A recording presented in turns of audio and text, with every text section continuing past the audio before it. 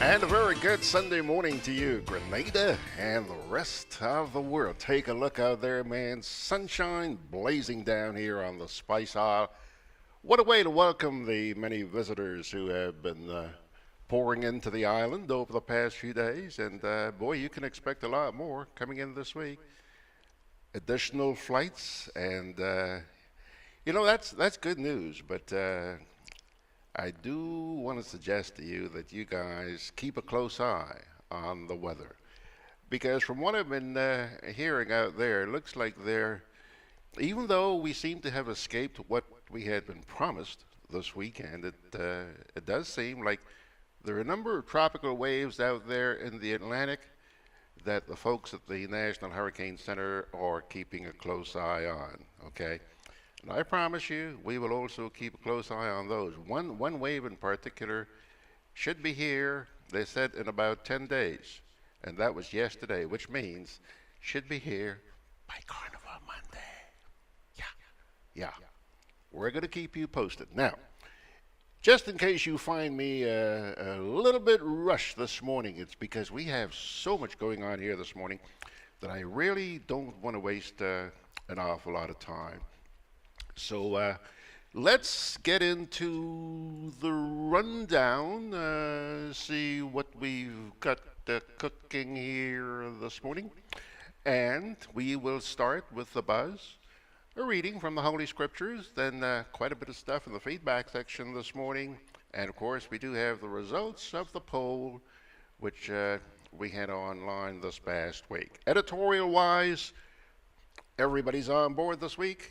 You've got the Grenada Advocate, which is captioned, "Presenteeism also impacts the workplace." It's a new word for me, presenteeism. The New Today is captioned, "The M&IB Saga." The Grenadian Voice is captioned, "Keeping an eye on investors and cryptocurrencies." Been hearing that word a lot these days, cryptocurrencies, yeah. And the Carib Update Weekly is captioned, "Kudos to Damien and other local athletes." Okay, that's it as far as the editorials, all four on board today. Now, when it comes to interviews, something else you've been hearing a bit about in the past few weeks, it's about the frock. Yeah, FROC. He's not swearing here. He's just using an abbreviation for the Fiscal Responsibility Oversight Committee, FROC. Well, they recently issued their 2017 report. And I have a couple of people coming in here this morning. They should be here just before 10 o'clock. They are the chairman of the FROC, Fiscal Responsibility Oversight Committee, a gentleman by the name of Mr. Richard Duncan. He's going to be joined by his colleague who's a member of the FROC.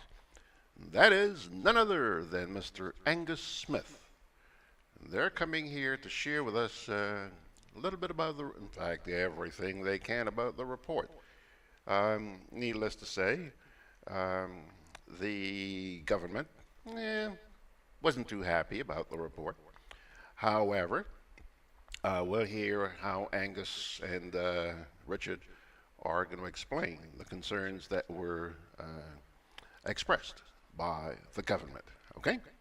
Our main feature today is a continuation of something we started a couple of weeks ago. Yeah, we had Mr. Randall Robinson, who's a former Calypso adjudicator, and Mr. Godfrey Augustin, who is the promoter of Legends in Concert. Both of these people are very au fait when it comes to the carnival scene. And they have been talking about a number of things, but in particular dealing with Calypso and Soca. And they're supposed to be assessing the results of the Calypso semifinals this morning. Now, I am a little bit guarded when I say this because I did speak with another participant, Colin Dow, and Colin is a former Calypso adjudicator as well, and yes, he agreed to join us. He wasn't sure whether he would be sitting here with the gang or whether we would be doing it by phone. We talked to him by phone or on his computer or whatever. Well, just a few minutes ago, I did place a call to Colin, and there was no answer, so I'm assuming that he's possibly still asleep on this Sunday morning. Why not? Why not? But I did leave a voicemail for him, and hopefully he'll get back to us a little later. Okay? So that's it for your rundown. That's what I meant when oh, one more thing. Everybody knows this name. Ricardo Keynes Douglas? Yep. Ricardo has a play coming up just post-carnival. And I understand this is going to be one hilarious play.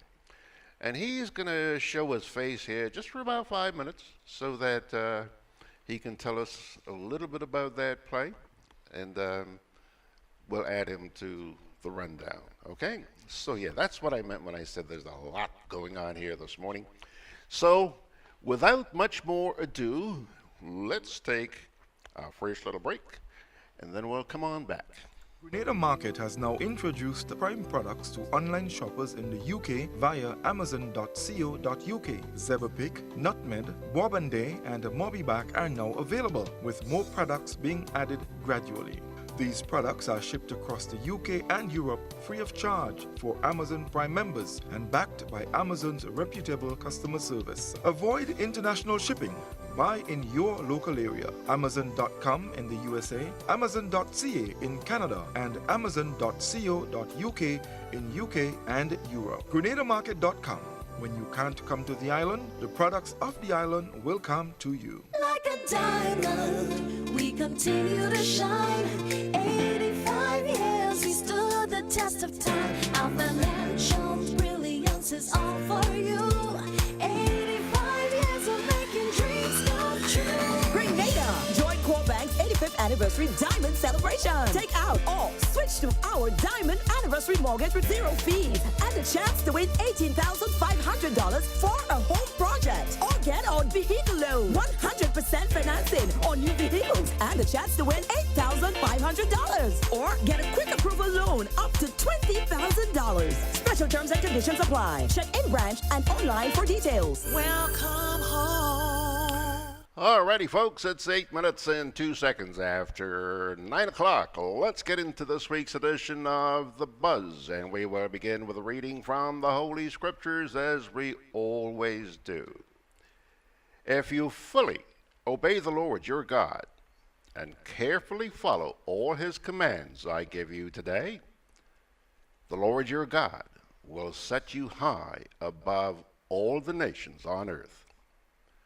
All these blessings will come on you and accompany you if you obey the Lord your God.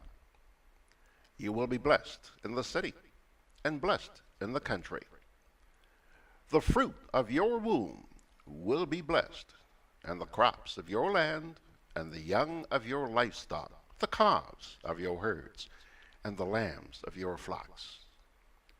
Your basket and your kneading trough will be blessed. You will be blessed when you come in and blessed when you go out. The Lord will grant that the enemies who rise up against you will be defeated before you. They will come at you from one direction, but flee from you in 7.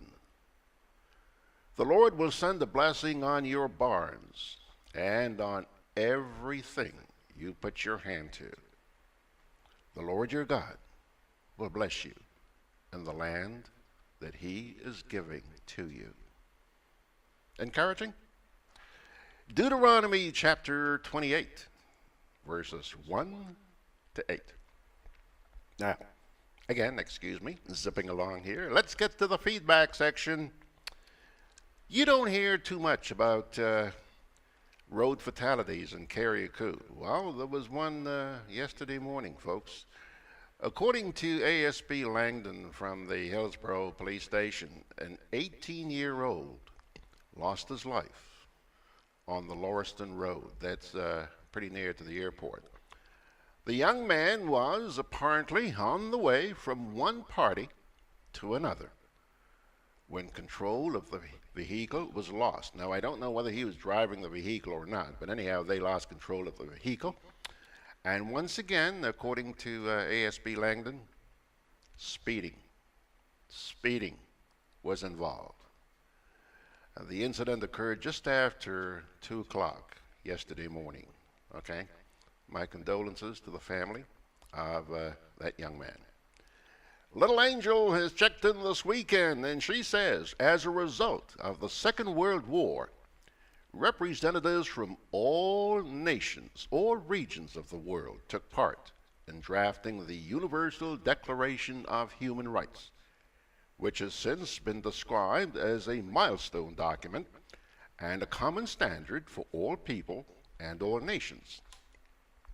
According to Hernan Santa Cruz of Chile, a member of the drafting subcommittee, a consensus had been reached as to the supreme value of the human person, quote unquote.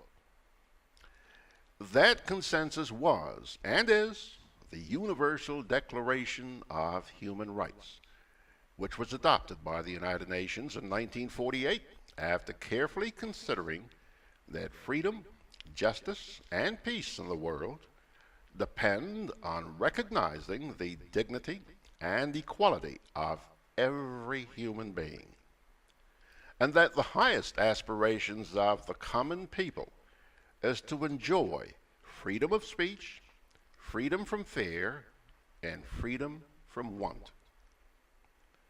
For the average individual, human rights can mean everything when it exists, as it offers hope for a better life. And it can also mean nothing when it does not exist. Human rights ought to be universally protected and must first be understood for it to be realized. That understanding is not evident in many parts of the world.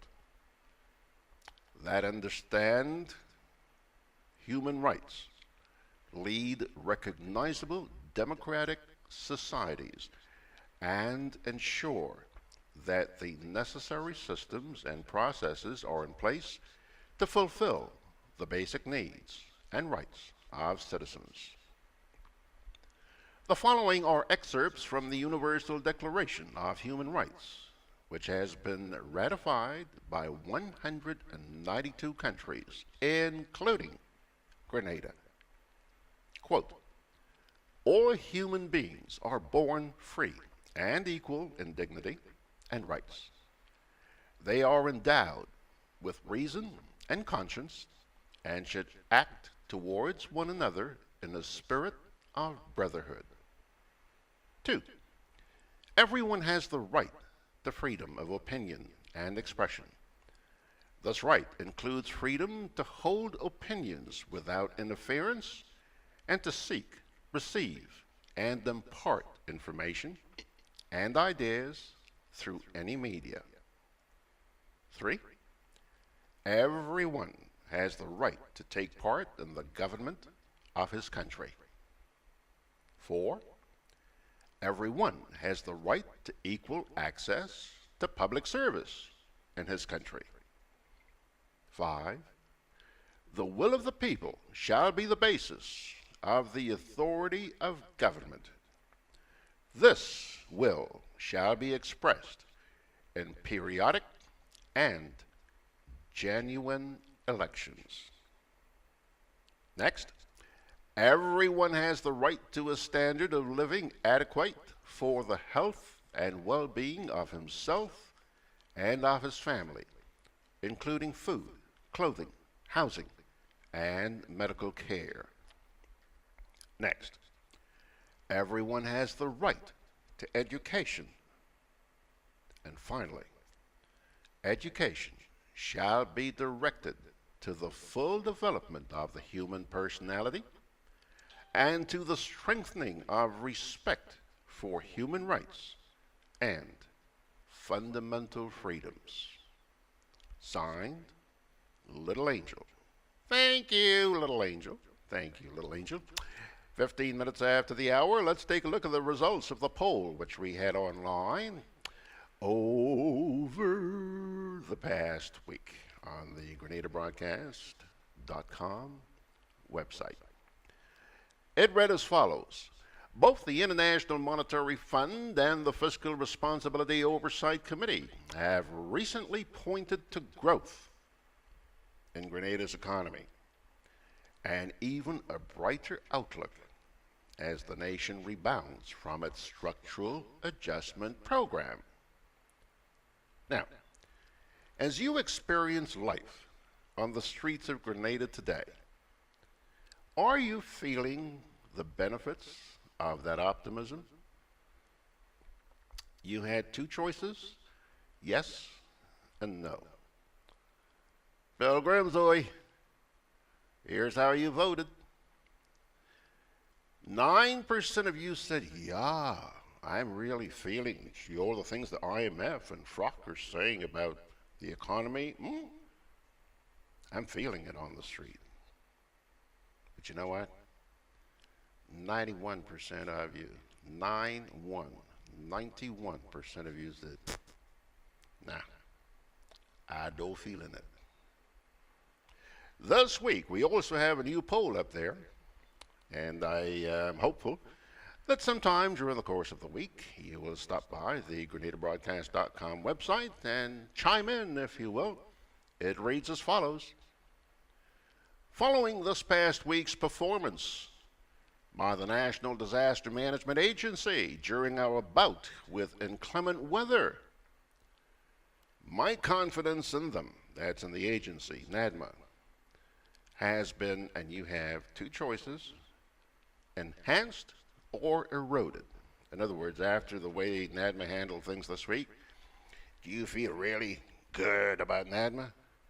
Or has your confidence been eroded? Check them out sometime during the course of this past week and let us know. Okay? Yeah, 17 and a half minutes after the hour. And time to take another little break here, and we'll come on back with the first. There's something I forgot to read for you. This came in only a few minutes ago. I received a Facebook Messenger a little while ago from a lady by the name of Lynn Fletcher. Lynn was here with a gentleman who has this really incredible project going here in Grenada. It's called Attach a Leg. Remember that? Yeah, his first name is Gilfie. And they were here some time ago. And there was a gentleman by the name of Dr. Earl Brathwaite. I'm not sure where Earl was at the time, but he was listening. And he asked me for the contact info for these people, because they're in desperate need. This gentleman is providing amputees with a ray of hope by creating artificial limbs for these people. And Dr. Brathwaite wanted to help. He was aware that they're in need. So I allowed them to exchange contact information, and I received this little note here from Lynn in appreciation. And here's what she had to say. I quote,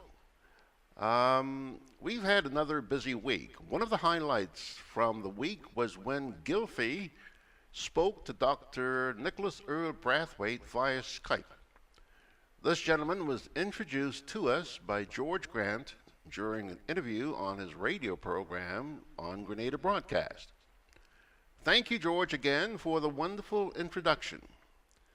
Via Dr. Brathwaite's Petna Foundation, which he and his wife founded, a pledge of financial support towards the Wheels for Legs campaign has been offered. And when Nicholas is back in Grenada, a meeting will be arranged to discuss further support for Attach a Leg.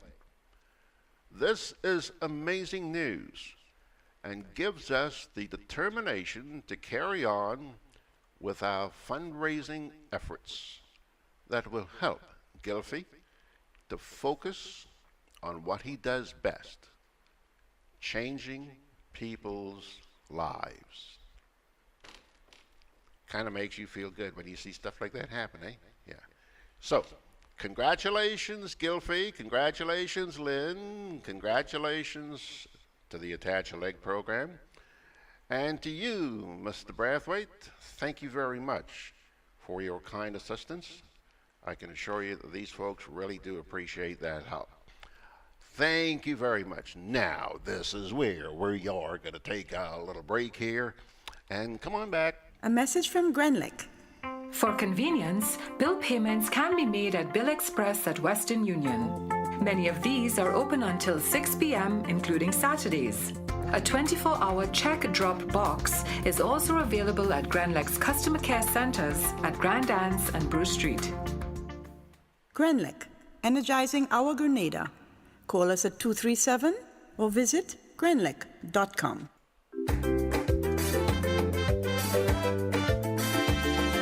Grenadian General Insurance Company, strength and stability. Grenadian General Insurance Company, tell your friends, tell your family. We cover householders comprehensive, motor and even fire too.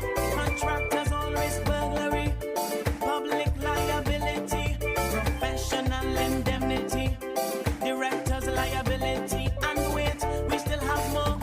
Come and find out more what you're waiting for.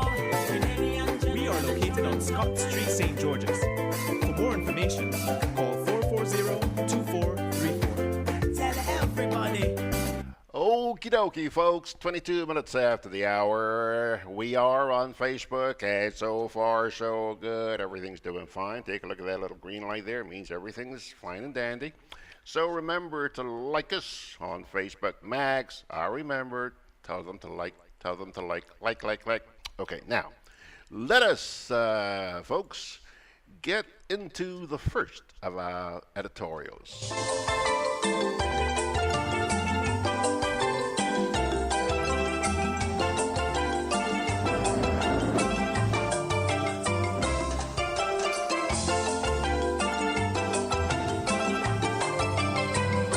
The editorial, which appears in this past week's edition of Carib Update Weekly, is captioned, "Kudos to Damien and other local athletes." In this season of intense cultural activities such as Spice Mass and the Rainbow City Festival, it's easy to pay scant attention to other events, except when it's of the nature of Wednesday's persistent rainfall. There was no ignoring the flooding and the landslides and the disruption of traffic that were a direct result of the heavy rain. But we expect that festival activities will be back on schedule by this weekend. However, while much of the focus in the past few weeks and months has been on culture, many of Grenada's sportsmen and women have been performing outstandingly in regional competitions. And we would like to take this opportunity to commend them all. For instance, Grenada has now joined the class of the world's elite in bodybuilding. Our country, through police officers Damien Daniel and Linton Jones, was represented in Mexico at the just concluded 45th Central American and Caribbean Bodybuilding Championship. The two men made Grenada absolutely proud. Daniel, in fact, won the overall bodybuilding title. And with that, he received his elite pro card from the International Federation of Bodybuilding and Fitness. allowing him entry into world events with all the other top bodybuilders in the universe. Student athletes Delron Felix and Oreo Lua Cherubin flew the Grenada flag in Colombia, where regional swimmers contested in competition for Central American and Caribbean countries. Felix, on the strength of his swim in the 50-meter freestyle, qualified to participate in the Youth Olympic Games in October in Buenos Aires, Argentina. Our secondary school students, too, have been at the top of their game, capturing the Windward Islands Under-19 cricket tournament. This was followed by Grenada reclaiming its title in the CBN Winlot-sponsored Windward Islands School Games, held this year in St. Lucia. In retaining the title, Grenada amassed 281 points, winning competitions in athletics, men's basketball, and men's football. Olympians Karani James and Braylon Tappan, Grenada's leading 400-meter sprinters, have also been competing. James, the former Olympic and World Championship gold medalist, is making a comeback to the international track circuit after missing almost all of the 2017 season. In his most recent event in London, where he won his Olympic gold in 2012, James was third in the Diamond League race of the International Association of Athletics Federations. In the case of Tappan, he has been building on his first place at this year's Grenada Invitational, picking up another win at the recent Culturama Games in Nevis. Over the next week, we are to keep an eye on the group of female footballers that was scheduled to leave here on Friday for Florida, where Grenada is a participant in the CONCACAF Under-15 Girls Tournament. The local team, dubbed the Spice Princesses, includes two overseas-based players, Naya Hood and Melania Fullerton. When the carnival is over, there are plenty of sporting events that would require the support of Grenadians, including sponsorship from the business community. For instance, on August 17th, the Grenada senior men's soccer team will meet Jamaica in an international friendly at the Karani James Stadium in St. George's. Our netballers, as well, are working extremely hard at improving Grenada's world ranking. They are headed to Barbados from August 24th to September 2nd to participate in competition aimed at gaining entry to the 2019 Football World Cup. At the moment, Grenada is ranked 23rd in the world. The Grenada Netball Association, headed by Senator Glennis Roberts, is lobbying for the construction of an indoor facility for training and for the hosting of local, regional, and international tournaments. They presented their request at a meeting recently held with Prime Minister Dr. Keith Mitchell. We suggest that the GNA tries to work in collaboration with other groups, such as the Grenada Volleyball Association, as it pursues its project proposal. The vision should be the construction of a state-of-the-art indoor facility capable of accommodating first-class competition in various sporting disciplines, including netball, volleyball, badminton, and table tennis. That's the editorial which appears in this past week's edition of the Carib Update Weekly.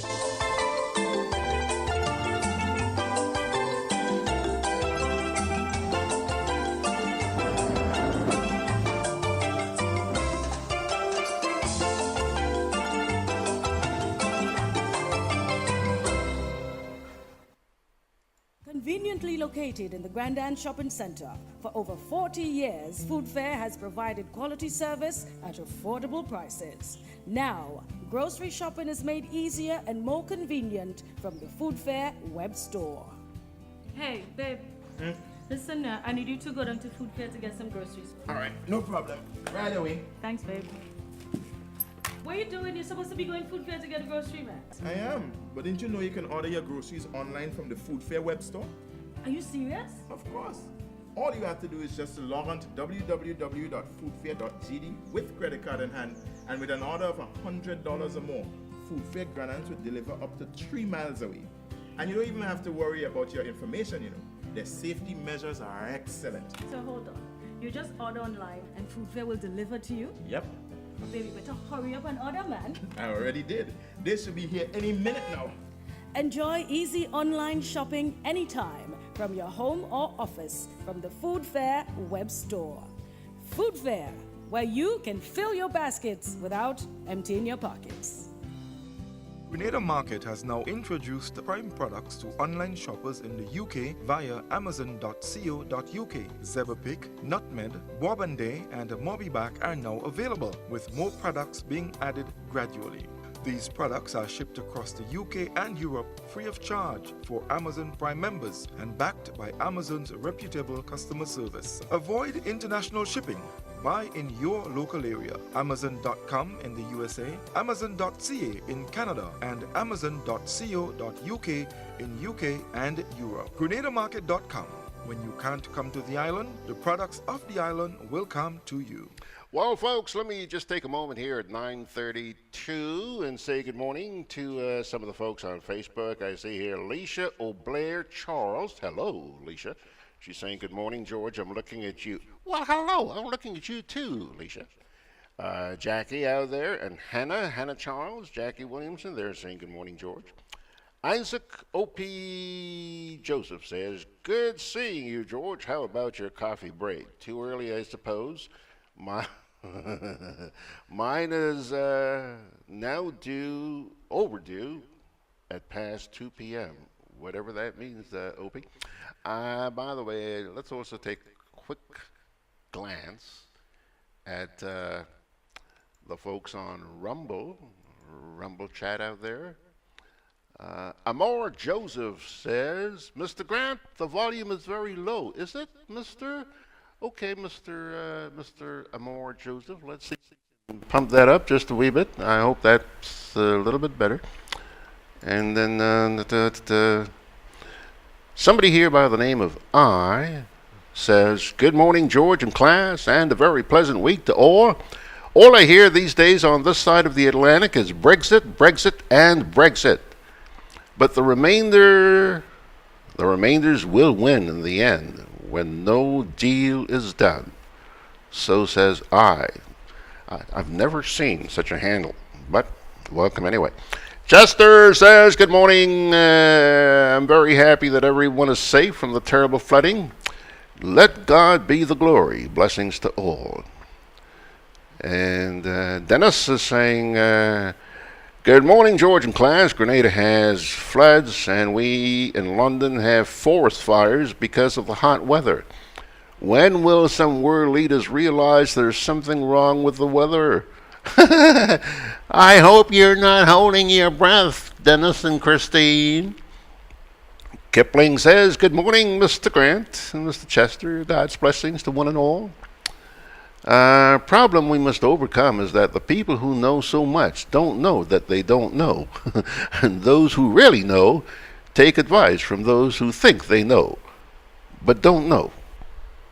Sad situation, folks. You don't believe me? You go to the GrenadaBroadcast.com site, take a look at the Rumble chat.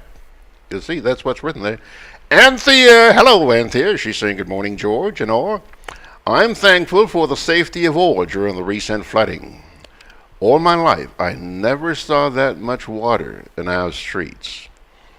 And, yeah, Jackie's also saying good morning. Folks, thank you so much for joining us. Let's get back to real business.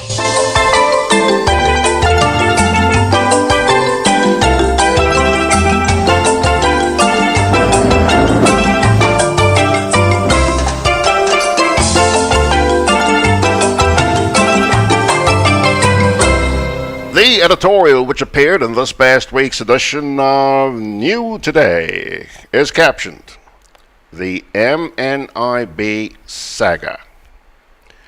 It's now official. Government has decided to appoint a commission of inquiry to look into the bankrupt state of affairs of the Marketing and National Importing Board. The announcement was made at Tuesday's press briefing by Prime Minister Dr. Keith Mitchell. The decision came against the backdrop of a report carried in last week's edition of the New Today newspaper, in which the outgoing chairman of MNIB, Simon Andrew, literally threw the former chief executive officer of the state-owned body, Reuel Edwards, under the bus for the parlous state of finances at the MNIB. The blazing attack on the former CEO just fell short of accusing him of gross mismanagement of the enterprise that was set up back in the days of the 1979-1983 Grenada Revolution to give a boost to agriculture and to guarantee the nation's farmers a market for their produce. Mr. Andrews said in part, and I quote, "Initially, the parlous state of finances at the MNIB was only revealed to me when a colleague telephoned me to indicate that a foreign sugar supplier was seeking redress for the payment of outstanding amounts for sugar supplies after numerous successive undertakings to obtain payment from the CEO were not honored. These facts of financial expose were previously concealed from the board for almost 2 full years. Upon receiving the query from the supplier, I requested a full report on the financial status of the MNIB. The board was stunned into silence regarding the extent to which the true financial status of the MNIB was concealed. As chairman, I took the responsible action of bringing this development to the attention of the Minister with responsibility for economic development at the time, Minister Oliver Joseph. I kept Minister Oliver Joseph continuously appraised of the situation at the Marketing Board, at times even drawing the ire of the CEO. There is nothing that the board or the chairman could have done differently in circumstances where they were denied critical financial information. It was the duty of the CEO to report honestly, accurately, timely, and objectively on the operations of the organization to the board of directors, following the unwritten but agreed protocol of full engagement and full disclosure. Realistically, the board can only function effectively and make effective decisions based on full disclosure of information and sound information coming from top management via the office of the Chief Executive Officer." Unquote. Given the above, it is clear that the ruling New National Party government of Prime Minister Mitchell knew of the situation existing at MNIB when he reassigned Mr. Edwards to another top-paying job at the expense of the taxpayers of the country. The New Today is doubtful that Minister Oliver Joseph would have hid the information provided to him by the Board of Directors of MNIB from the Prime Minister and the Cabinet of Ministers about the perceived mismanagement of this vital state body under the stewardship of Mr. Edwards. There must be some underlying reason why Dr. Mitchell, armed with such information, would still employ Mr. Edwards and give him another lucrative contract. Is it politically related? Does it have anything to do with the fact that Mr. Edwards is considered a key man for the Mitchell-led government and the passport selling scheme known as the Citizenship by Investment Program?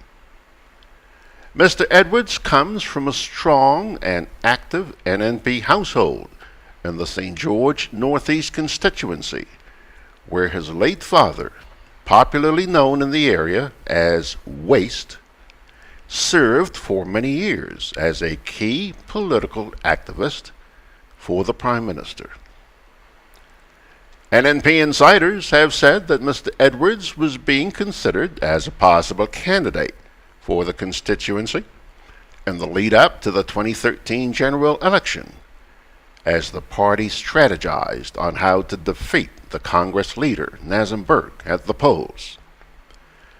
His name was eventually removed from the short list of potential candidates, since NNP supporters in the constituency did not give a nod of approval on the grounds that he was considered as too aloof and did not mix with the ordinary man on the ground.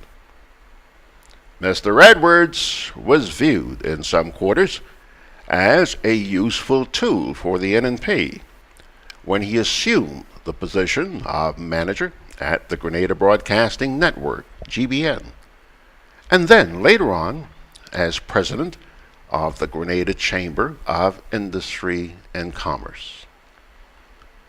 This newspaper got a hint that something wrong was happening at MNIB under Mr. Edwards' watch about 3 years ago, when we picked up more than credible information that he was seeking to leave Grenada for a job elsewhere in the region.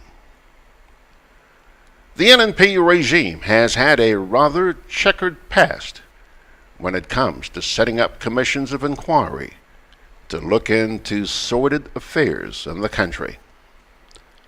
The most notorious was the Cheltenham inquiry into the infamous briefcase scandal, followed by David Marchant's expose of Dr. Mitchell's alleged receiving a briefcase containing $500,000 US in 2000 from a convicted fraudster, Eric Resteiner, in Switzerland, as a bribe to obtain a diplomatic passport and position.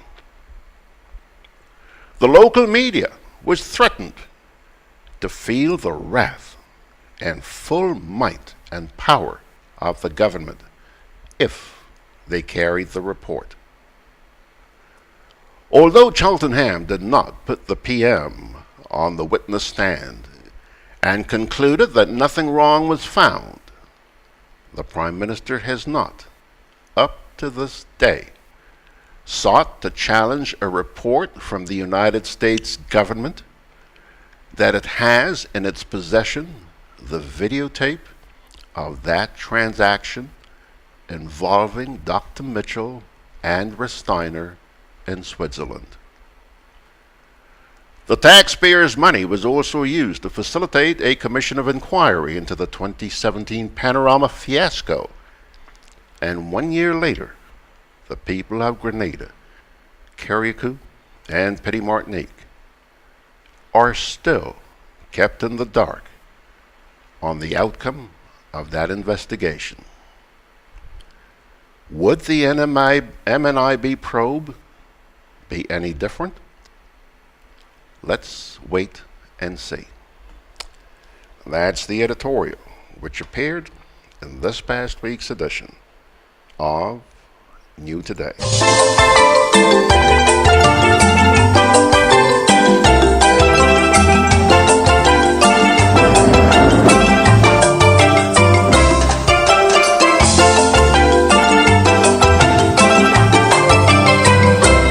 Like a diamond, we continue to shine. 85 years, we stood the test of time. Our financial brilliance is all for you. 85 years of making dreams come true. Anniversary Diamond Celebration. Take out or switch to our Diamond Anniversary Mortgage with zero fees and the chance to win $18,500 for a home project. Or get on vehicle loan, 100% financing on new vehicles and the chance to win $8,500. Or get a quick approval loan up to $20,000. Special terms and conditions apply. Check in branch and online for details. Welcome home. Preparation is key to all we do, and when it comes to the hurricane season, it's also important to prepare and plan ahead. GRENADA is encouraging you to start preparing now. Have you and your family discussed an emergency evacuation plan? Do you have your emergency disaster kit ready with non-perishable food items, water, sanitation supplies, and important documents? Have you identified your nearest emergency shelter? The time to prepare is now. For more information, visit www.grenlec.com. Alrighty, folks, it's now, whoosh, boy, we're running late. It's 14 minutes away from the hour. Let us take a quick look at Facebook here. Margaret says, good morning from NYC. Hello, Maggie. See you made it safely back to the Big Apple. Kathleen Thomas is saying good morning from Toronto. Hello, Debbie. Debbie's saying good morning from Columbus and Kansas City in the United States. She says she hopes we have a good day. You too, kiddo. Auntie Rillo is out there saying hello, and Isaac is talking to Raffy. Don't know where he sees Raffy, but he's saying, how you doing? You coming down this year? Folks, let's turn now to another editorial.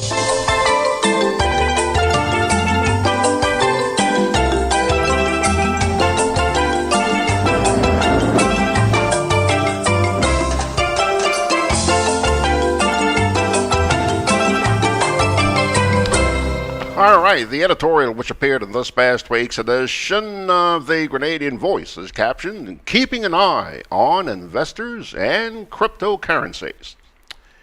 Recent reports out of Antigua and Barbuda beg the question, will Caribbean countries with citizenship by investment programs accept cryptocurrencies as payment?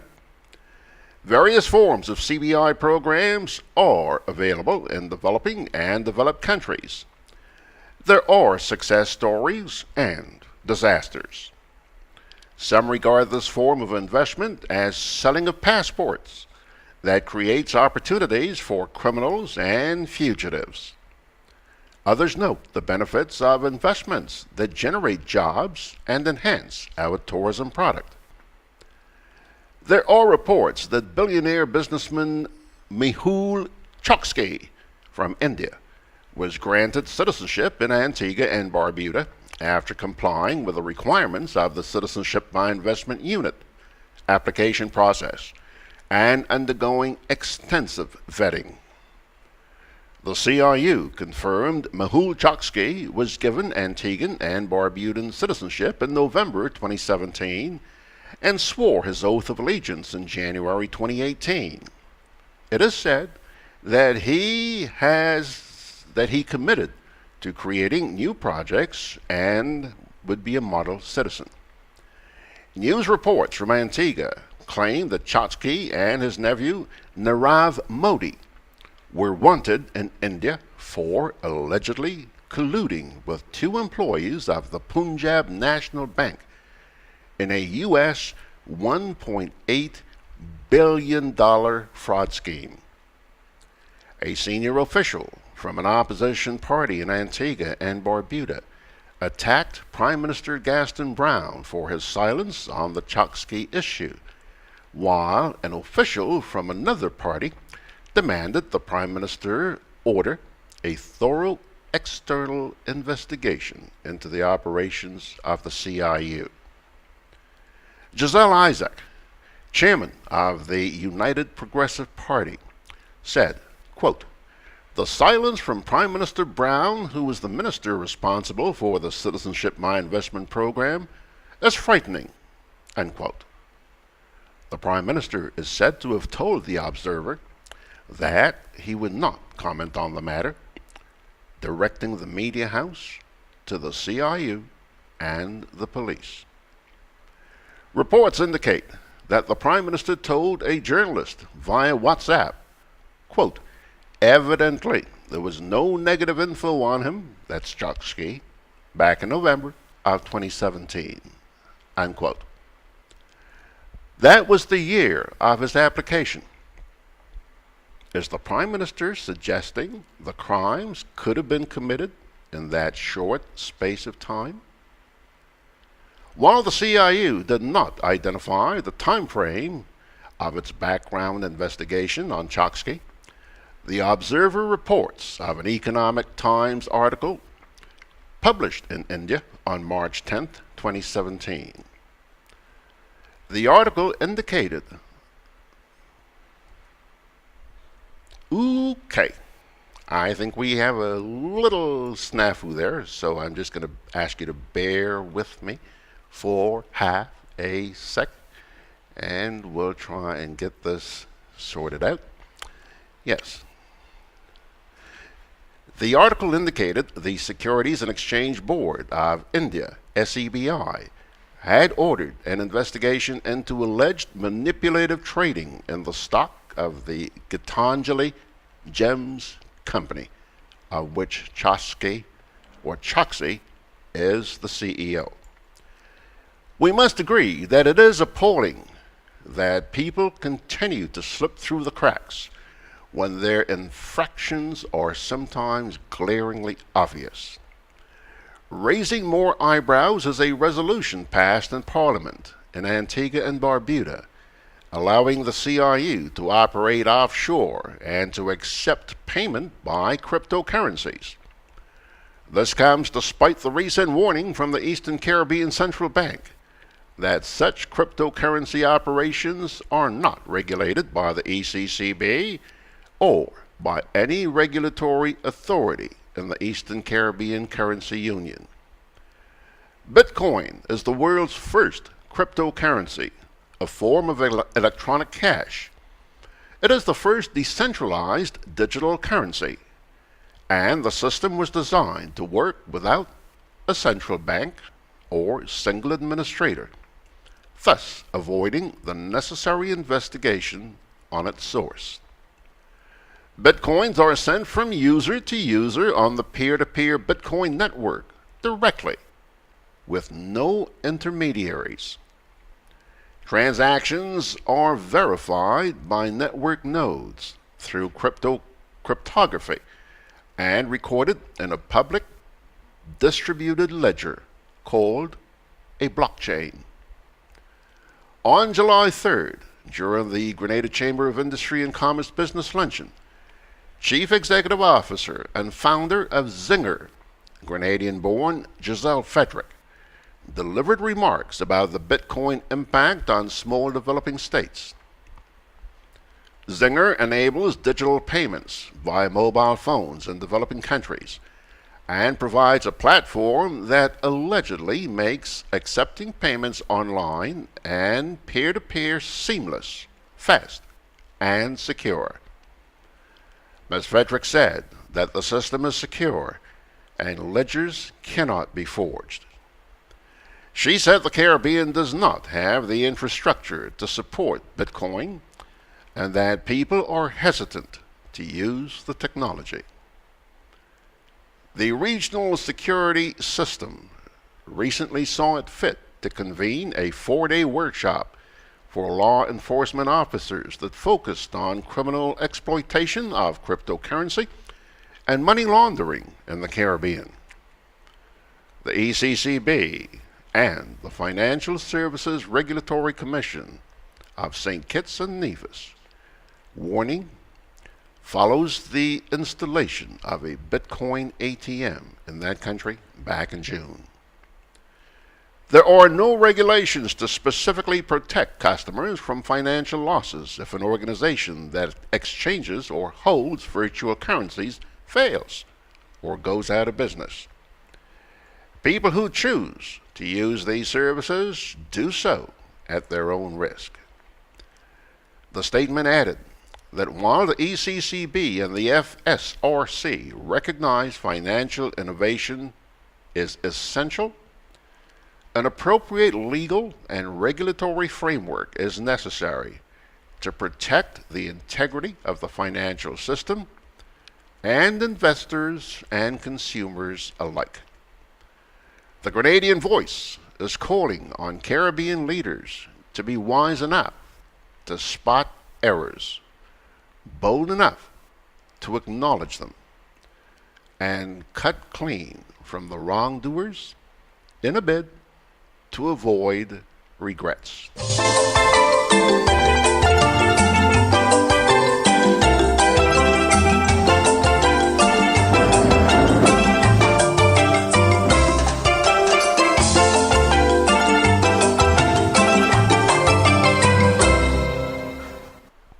Conveniently located in the GRENADA Shopping Center, for over 40 years, Food Fair has provided quality service at affordable prices. Now, grocery shopping is made easier and more convenient from the Food Fair web store. Hey, babe. Listen, I need you to go down to Food Fair to get some groceries. All right, no problem. Right away. Thanks, babe. What are you doing? You're supposed to be going Food Fair to get a grocery, man. I am, but didn't you know you can order your groceries online from the Food Fair web store? Are you serious? Of course. All you have to do is just to log on to www.foodfair.gd with credit card in hand, and with an order of $100 or more, Food Fair granadas will deliver up to 3 miles away. And you don't even have to worry about your information, you know. Their safety measures are excellent. So hold on. You just order online and Food Fair will deliver to you? Yep. Oh, baby, better hurry up and order, man. I already did. They should be here any minute now. Enjoy easy online shopping anytime from your home or office from the Food Fair web store. Food Fair, where you can fill your baskets without emptying your pockets. Like a diamond, we continue to shine. 85 years, we stood the test of time. Our financial brilliance is all for you. 85 years of making dreams come true. Grenada, join Core Bank's 85th anniversary diamond celebration. Take out or switch to our diamond anniversary mortgage with 0 fees and the chance to win $18,500 for a home project. Or get on vehicle loan, 100% financing on new vehicles and the chance to win $8,500. Or get a quick approval loan up to $20,000. Special terms and conditions apply. Check in branch and online for details. Welcome home. Alrighty, folks, we are back. I think I know that we're here. Yes, we are. There we go. Okay, folks, they have arrived. They have arrived. Mr. Richard Duncan, who's the chairman of FROC, there he is, Richard. And over here, we also have with us Mr. Angus Smith. And there is old Angus. Could we have a smile, please, gentlemen? Please, it's Sunday morning. Give me a smile. Smile. Nice to see you, gentlemen. First of all, I'm going to welcome you, Richard. And congratulations, you've completed another fiscal responsibility oversight report. You feel good? Yes, we have, George, and good morning to the listening public. We are indeed happy. It was a lot of hard work, and I want to start off by thanking the folks in the Ministry of Finance and, of course, the members of the FROC team for the hard work that we did, leading to the preparation and tabling of this report in the Parliament. Let me get right to it. We only have about half an hour this morning. Let me ask you this. This is your second report. This is the second report. The second report, okay. Now, between the time that you did the first report and now, just a general overview of any progress that has been made in that time? Yes. I think the high point is that we were able to better engage the Ministry of Finance Macro Policy Unit in the months following the first report. We got some feedback from them. We also did our own internal assessment of the process, and we had good lead time, second time around, to notify them as to the information that we needed beyond the fiscal tables to produce the report. We were also able to give relatively adequate notice in terms of meetings that we would have had with them to trash out some of the issues that were to be trashed out in the preparation of the report. So in other words, you're gradually overcoming teething pains. That is correct, and we still have a ways to go. I would tell you right now, we have a draft memorandum of understanding between the FROC and the Ministry of Finance, so that at least the protocol of engagement can be clearly spelled out, understood, and agreed, so that there's no misunderstanding of expectations along the way. Okay, something I want to spend our time talking about this morning, the areas of compliance and non-compliance. But before I go any further, I think last year, or when you came out with your first report, obviously government was not too happy about what the report said. And again, the same thing has happened this year. But that doesn't surprise you, does it? Well, I don't know, the question is whether it surprises us or not, or whether it concerns us or not. I think the law is extremely clear as to what the responsibility of the FROC is, and our role is to execute that responsibility with due regard for professionalism, care, and attention. Once we have done that and we have drawn our conclusions, we are satisfied that we have done the best that as professionals we could do for on behalf of the country. All right. Let's settle down to brass tacks, if you will, and start talking about the areas of compliance. I think there are 5 areas in all, and you found compliance in 2? Well, let's say that there are 5 principal rules and associated targets. And yes, we have found compliance with reservation in some and non-compliance in 2. So there were 3 with compliance with reservations. And what we have done is develop a simple 3 signals. If there's compliance with a particular rule and target, we would give a green, which stands for go. If there's compliance with reservations, there are issues, there are concerns, we will give a yellow, which suggests caution. And if there is non-compliance, we give a red, which indicates stop. So we use the traffic light as the rubric. Right.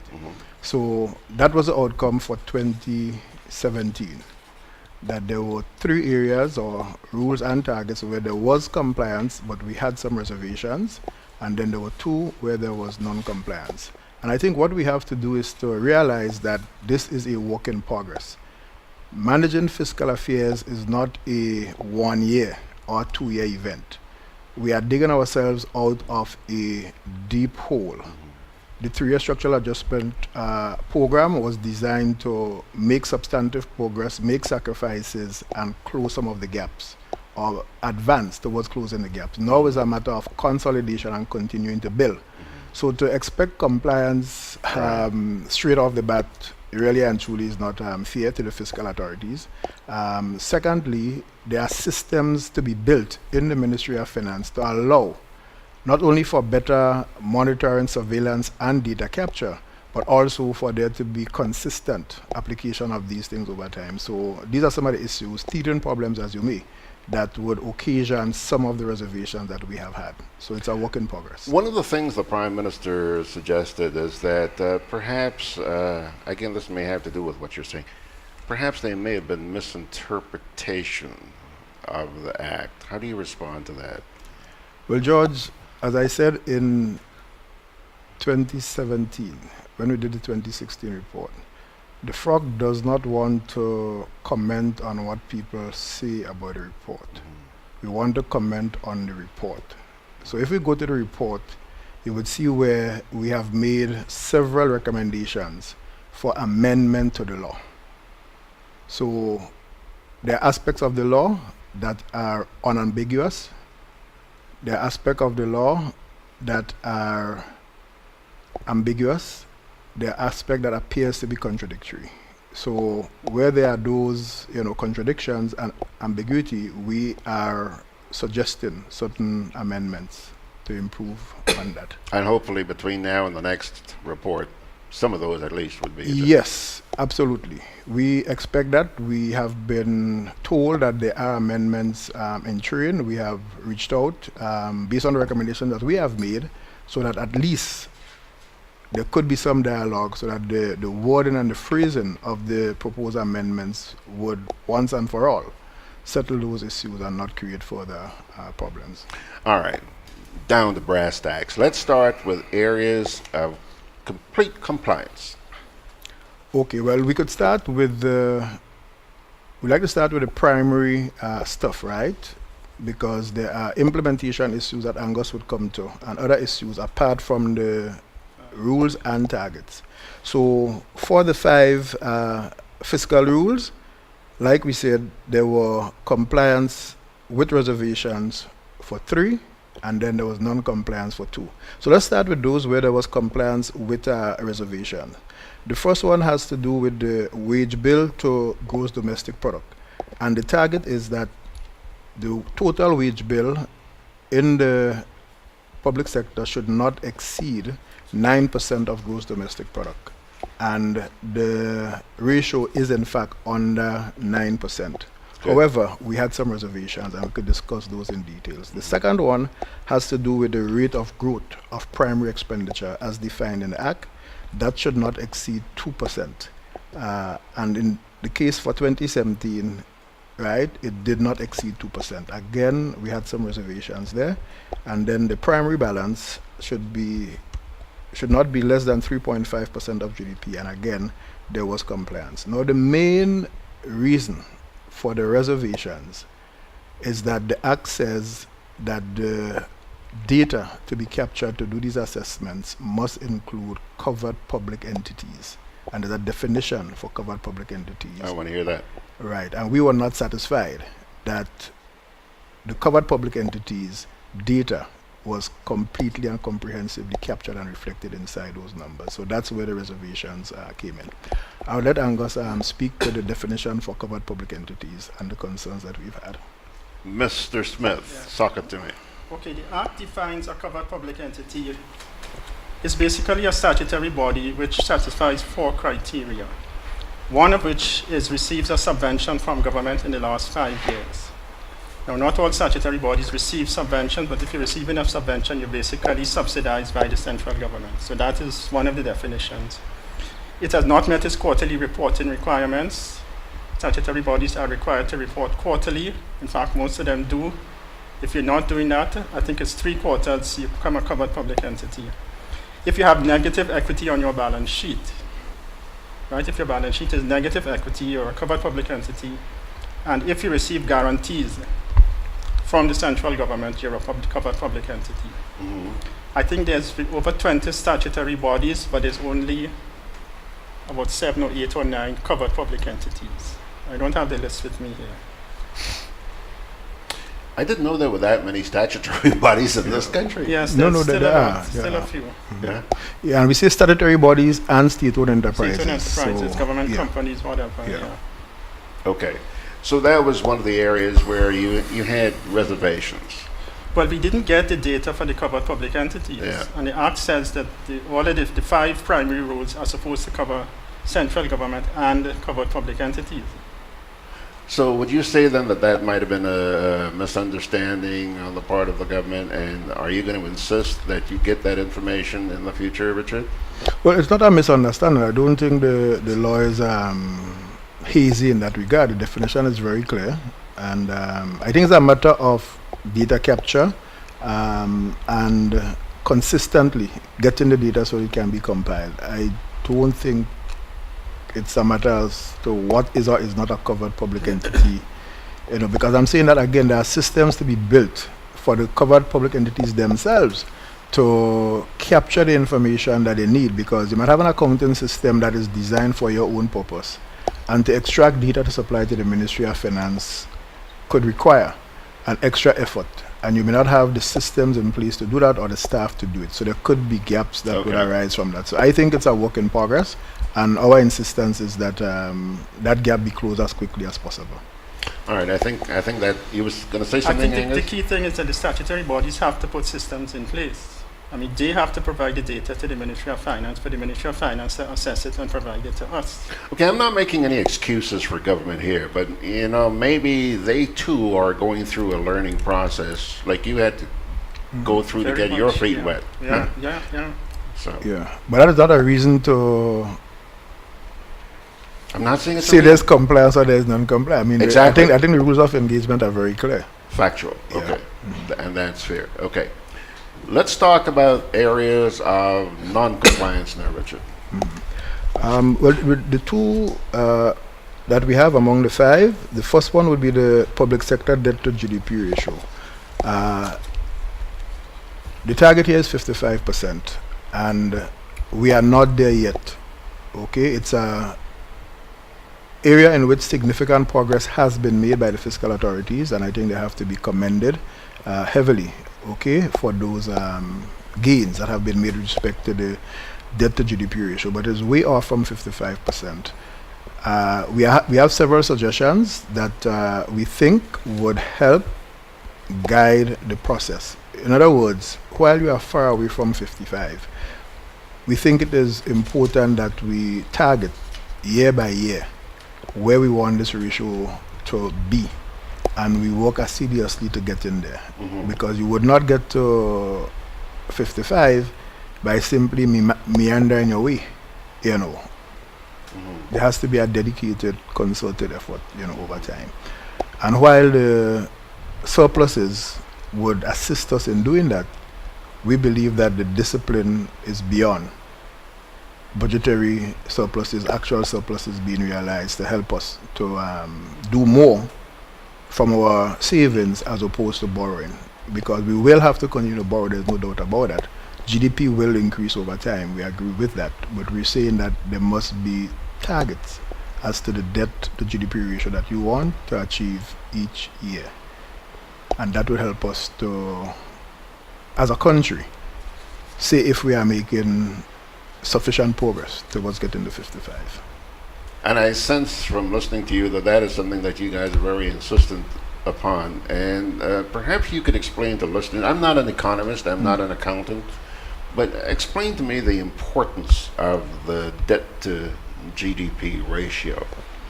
I think the importance lie in, or can be seen in our own daily lives.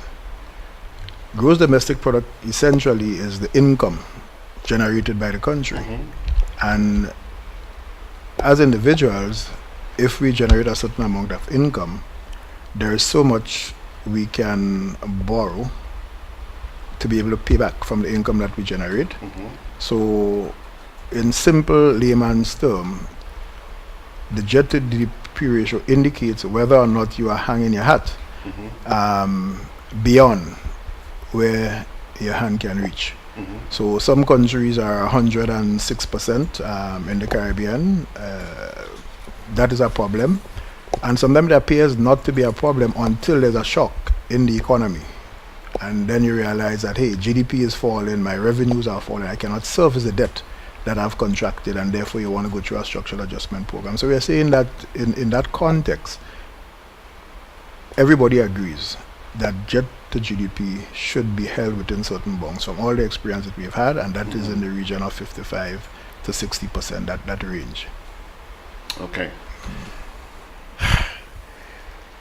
You know, I sat listening to you guys at your media conference this past week, and the feeling that I got out of it is that you guys are really taking on this assignment with a passion. And I think it's because you recognize the importance to your country. And I specify to your country.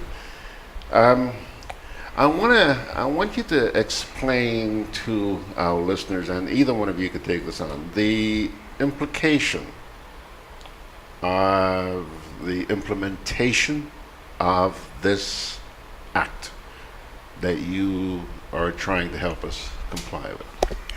Let me start. I'll just start. I think the biggest thing is fiscal discipline. You're setting yourself targets that you're passing into law, that you say that the law which must be obeyed, that you're saying you will comply to. You're setting up an independent assessment committee to monitor whether you are doing it. That committee reports to Parliament. Parliament will review it, consider it, and look at it. And you put in basically, you could say, pressure on yourselves to meet certain targets, which is good. That is good planning. Without planning, then you just, as Richard said, you meander from year to year, from crisis to crisis, from problem to problem, and you get nowhere.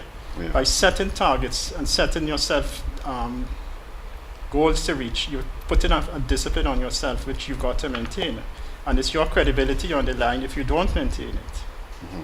Now, this is new in the region. We are the first in the OECS. A couple of CARICOM countries are now trying it, but it's a discipline that you're putting on yourself for the benefit of the country. Yeah, well, I agree with Angus, and you speak of the passion. Now, when we were approached, or at least when I was approached to serve on the committee,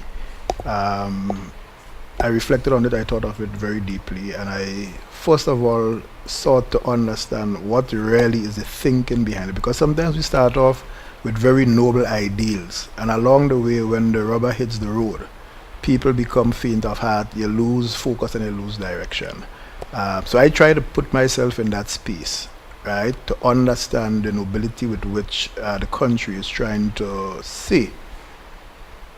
We have had successive structural adjustment program, 2 big ones, right, and it is not fair to the people who have to pay the price eventually for public finance management officials to not do the best job they can do.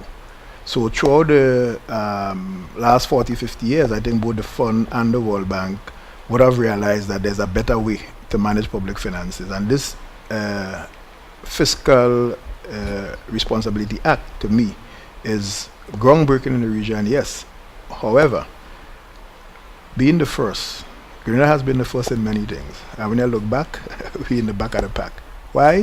Because we have not sustained and developed and improved. And while Jamaica and the Bahamas are close to implementing theirs, when I looked at a paper that was done recently by 2 economists, including a Grenadian, you realize that these guys are already stepping ahead of us in terms of one of the debt to GDP ratio, for example, is enshrined in the law, and the target is very, very clear. So while we have ours and there's a little bit of confusion around it, when are we going to get to 55? There's no timeline.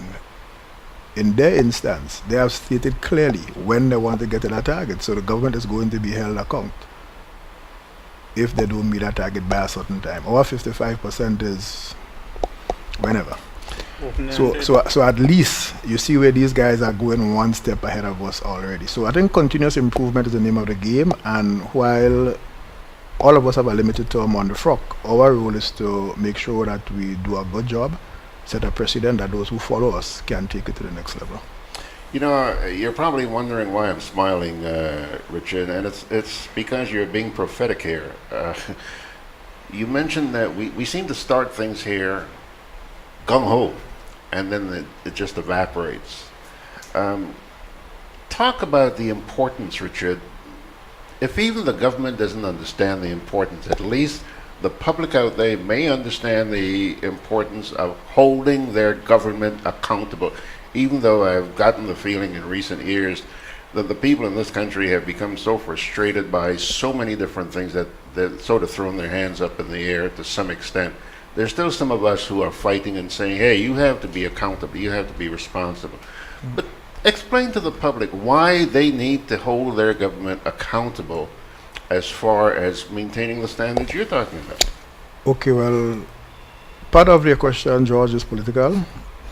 Don't go political. And part of it is governance. So what the FROC is engaged in is the governance side of public finance. Right. So at the end of the day, when the FROC, in its professional deliberate judgment, using all the information available to it, states that there is compliance or non-compliance, states the reservations, and we bring it to the public, it is up to people to interpret and to evaluate and hold the politicians accountable in the sense of trying to figure out, are we doing the right things? Can we not change course along a certain line to bring the public finances back in line with the act? As to how they get there, that is where the trade-offs come in terms of taxes, cutting expenditure, abandoning programs. That's the political side of it. Our side is the strict governance.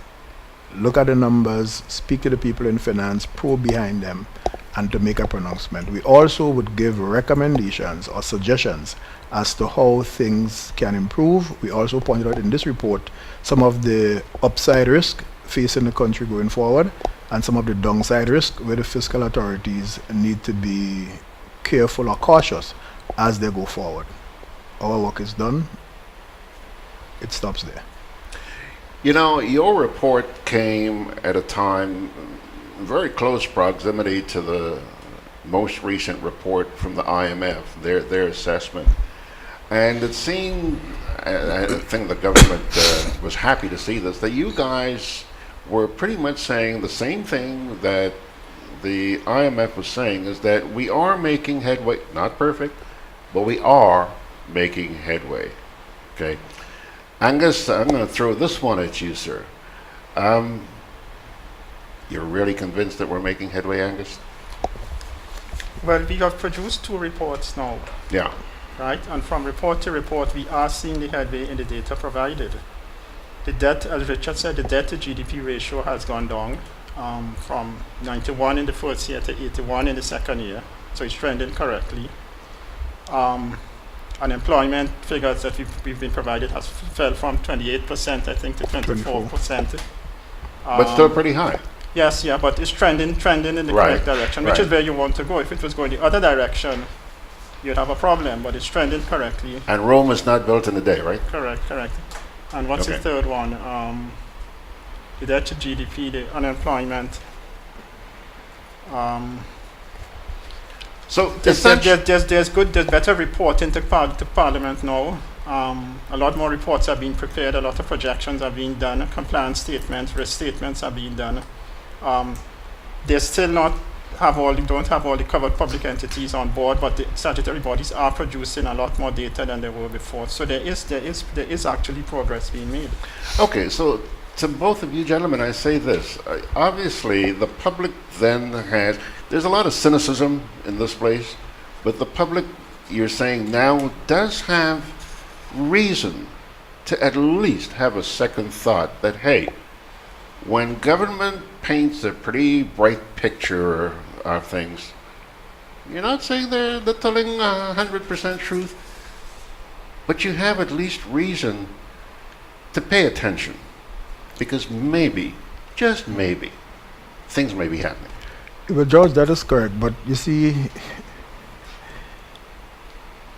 what politicians do is spin, right? I mean, that's part of the craft, and you have to allow them to do that. That's part of the craft.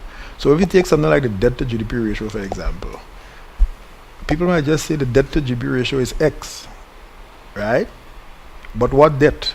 There's public debt, there's central government debt. And if they do not define which one they're talking about, and they consistently talk about debt to GDP ratio, they're defining, then there can be confusion outside it. But for example, so the FROC now, and the law states public sector debt, which has a particular definition. So it is not, in my opinion, good communication for us to speak in the FROC about the debt to GDP ratio. There's only one debt to GDP ratio that we can speak about, and that is the public sector debt. That's what the law speaks about. There's a central government debt to GDP ratio. Other people could speak about that. And to my mind, when they are speaking about that, they must say it is central government. When the FROC speaks, we speak based on the law, which is the public sector debt to GDP. All right, I think we may have a call here, and I'd like to hear what this person has to say. Good morning, caller, you're on the air. Hi, good morning, George, and good morning to your two very distinguished public finance experts in this country, men of integrity who have over the years really done a lot for our country in terms of, public finance, and not guys who would do just or say the right things to get applause and so, but men who have stood up and who have, come through the test of time. And Mr. Duncan and Mr. Smith, I respect you greatly. And I also want to commend you for taking up that task, which is not going to be an easy one. Now, George, I have a little problem with the length of the frock. Either the frock is too long on figures, or the frock is too short and exposing too much that the government doesn't want to be exposed. But to me, we were asking for a long time to hear what was the national debt. We couldn't hear. In January, we were told, Lou Smith asked a specific question, is it about 2 billion? And we were told, no, it's much less than that.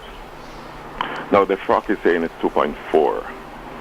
Again, we heard about the semantics of the debt and so. Now the debt to GDP. Up to recently, I know there will be some time lag between, but this report I think is for 2017, and currently there will be movements, hopefully in the right direction. But we're hearing as low as 65%. But mind you, even in the budget documents at the end of last year, there were two figures, as I think Richard alluded to. We saw a figure of 69-point-something% without the Petro-Caribbean debt, which is debt. But we saw even there the 81 point whatever percentages. So while the politicians were saying the 69%, even on the documents, if you scrutinize it, for those of us who understand how to look at those documents, it was saying 81%. Can you tell us, many of you gentlemen, in approximate figures, how much is the Petro-Caribbean debt at this point in time? Because I know it's a debt that's growing, it's not shrinking. Okay, caller, just give him a chance to respond, please. Does anybody know what is that? Just give them a chance to respond. Because every time we get petrol from Venezuela on credit, that debt is growing. Caller, just give them a chance to respond, please. Go ahead, Richard. Hello? Caller, just give them a chance to respond. Sure. Yeah, well, George, to the specific question, the figures that we saw for 2017 is about $400 million, if I recall correctly.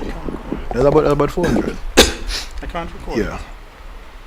About 4, yeah, I recall that figure, right? And we have to, work with the numbers and to go behind the numbers. So either for 2016 or 2017, $400 million Petro-Caribbean debt would have been reported by the debt unit of the Ministry of Finance. So what you had was a situation where the debt unit in the Ministry of Finance was reporting the public sector debt inclusive of Petro-Caribbean. So that was one figure on the Ministry of Finance website from the debt management unit.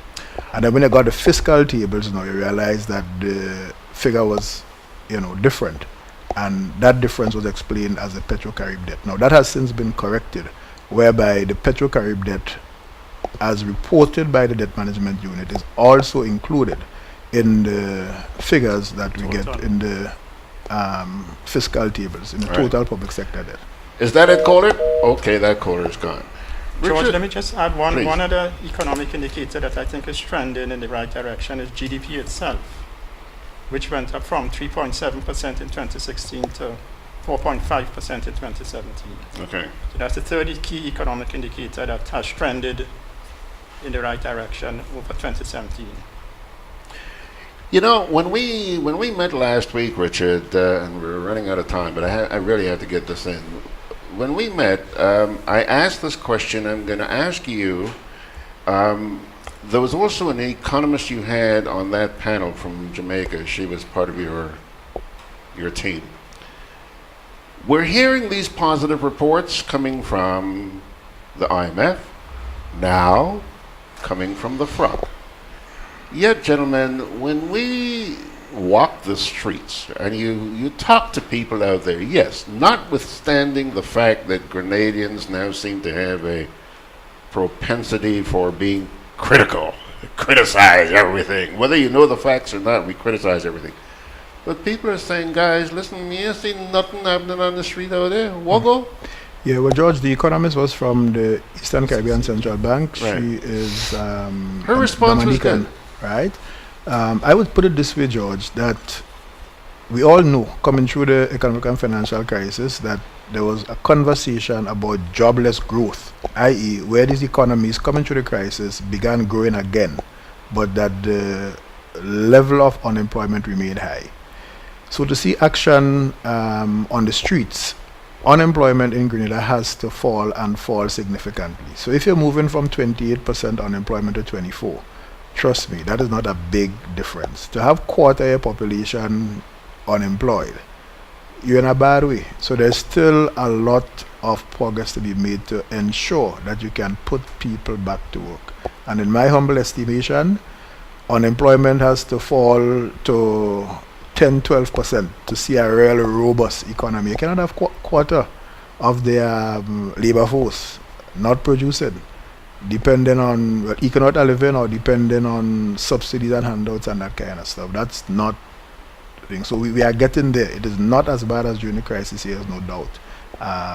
And not every surge in economic performance would result in a concomitant drop in unemployment, right?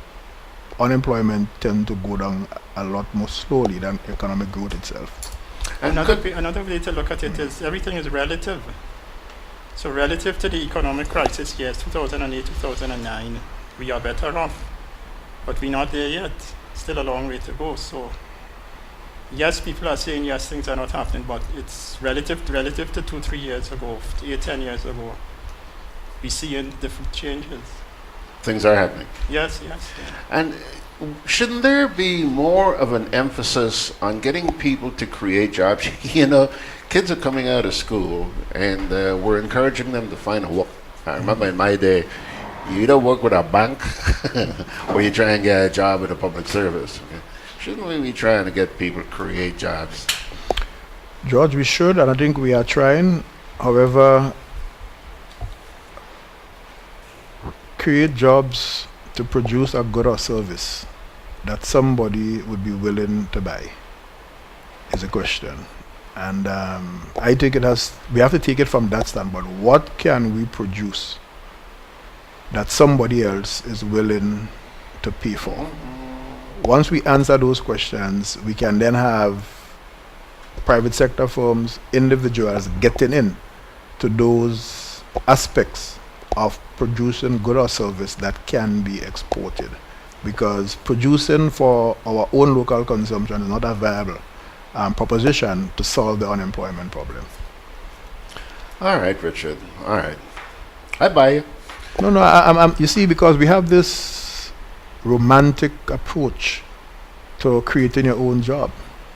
But when you create your own job, you have to produce something, a good or a service, that somebody has to buy, that somebody is willing to put a hand in their pocket and pay you for. And unless we could sort that out, then really and truly it's a romantic approach that would not result in any significant and material Fair change. Enough. Yeah. Fair enough. My final question to you, gentlemen. You know, we are hearing now that our debt is over $2 billion. It's not very encouraging. In the past, we've been told that, hey, never mind how big the debt is, but as long as we can repay it, we're good to go. But Richard and Angus, I'm still hearing us taking loans. Now, the other day, Richard, you explained to the media conference that you have to take loans because there's certain development work that has to take place in our country. I understand that. But where does it end, Richard? Well, and how do you manage it? No, that country would always be countries, right? Would always be indebted from time to time in a developmental, journey, so to speak. So to say where will it end, I don't think that's the pertinent question. The pertinent question is how sustainable is it? And sustainability is gauged mainly in terms of your debt to GDP ratio, which is 1. But from the standpoint, I like to tell people, you do not repay your debt with GDP. You repay your debt with dollars. So the revenue take of the country and the way you spend that, revenue in terms of your run of the public service and keeping things up and running is important as well. So we will continue to borrow. We have to make sure that we borrow and use those monies in the sectors that would help to either boost production or to support production, whether it's in the services sector or in the real sector. And then the government revenue administration mechanism has to be so organized and so efficient so as to be able to collect properly what is due to it to be able to repay those debts. So it's a journey. We know what the target is. We don't have a date for getting there, but we are saying in the FROC, and we said so in the report, that apart from the growth in GDP, we would want to see where there's improvement in the revenue collection and administration on the island, because it is known that we are not there yet as far as revenue administration is concerned. And George, just one little thing. I think the layperson doesn't realize that debt is being repaid every day. We hear about new loans all the time because it requires parliamentary approval. We hear about some big projects, some $10 million loan for some project, and it's debt. And we think we just borrowing, but there are loan repayments being made, I'm sure, every day through the Treasury. Loans are being repaid, and new loans are being taken. Okay, gotcha. All right. Gentlemen, we are running out of time, but I'm going to ask each of you to take a minute and tell our listeners, I'm sure they're going to be curious about what you're going to be looking forward to when you've already started your next review, or is that going to start down the road? No, remember, well, we monitor on an ongoing basis. I mean, sometimes we are engaged in meetings with the IMF. There are folks who are involved in projects on fiscal responsibility, so they would call us. There are papers that we receive that we would study, and so we are educating ourselves, we are engaging, we are building up our capacity inside of the FROC. Our work really and truly begins in earnest when we get the fiscal data for 2018, which we will get sometime early in 2019. Okay, so all now it's monitoring, and there are issues out there that we are tracking. There are public statement announcements that are being made by the fiscal authorities that we are paying attention to, so that will help us in going behind the data and understanding what's happening. All right, so the ongoing process continues. Now let me ask you this. Is there anything in particular you're going to be looking forward to next year? Where are you looking to see the most improvement next year? Well, I want to see that the deficiency in the data with respect to the covered public entities, I would like to see that corrected. I would also like to see, it's a matter that we have been at debates on, that is your public-private partnerships. I think the law defines that very clearly, and we are insisting in the FROC that we are not satisfied that with all the statutory bodies and all the relationships they have with private sector entities, that these have been examined to see if they fit the definition of a PPP. So the Ministry of Finance is saying that there are no public-private partnerships as defined in the law, and we are saying that that conclusion can only be drawn if you satisfy us that you have taken each of these, examine them to see if they fit the criteria and satisfy us. Until that happens, we are saying that there is non-compliance. Richard, I think we'd also like to see the suggested amendments to the legislation, that we have made some progress on it. I think they have started doing some drafting, but if those amendments are made, it could make things a lot easier for us going forward. And we specified them clearly in the report. Yeah. We're also about to sign an MOU, hopefully, before the next report with the Ministry of Finance, which would guide our modus operandi. Okay. All right. So obviously, there's some interesting times ahead, and let me take this opportunity to salute both of you guys. It's a pleasure watching the sort of commitment that you guys have put into this. I know that you're going after this with a passion. It's not a government walk. You've taken it very seriously, and I think Grenada ought to be very grateful for that. Just keep up the good work. Richard and Angus? Well, thank you very much, George, but I must mention that the other hard-working members of the team, we have Sabina Gibbs, who is the lawyer on the team.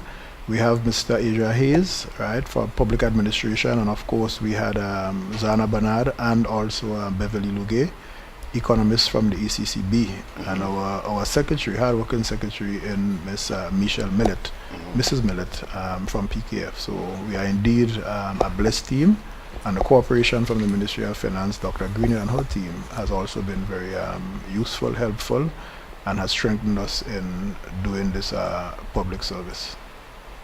Well, thank you. I accept our thanks. Okay? Problem. And next year at the same time, we see you again here? That will be much earlier, because in truth and in fact, the report is due by March 31st.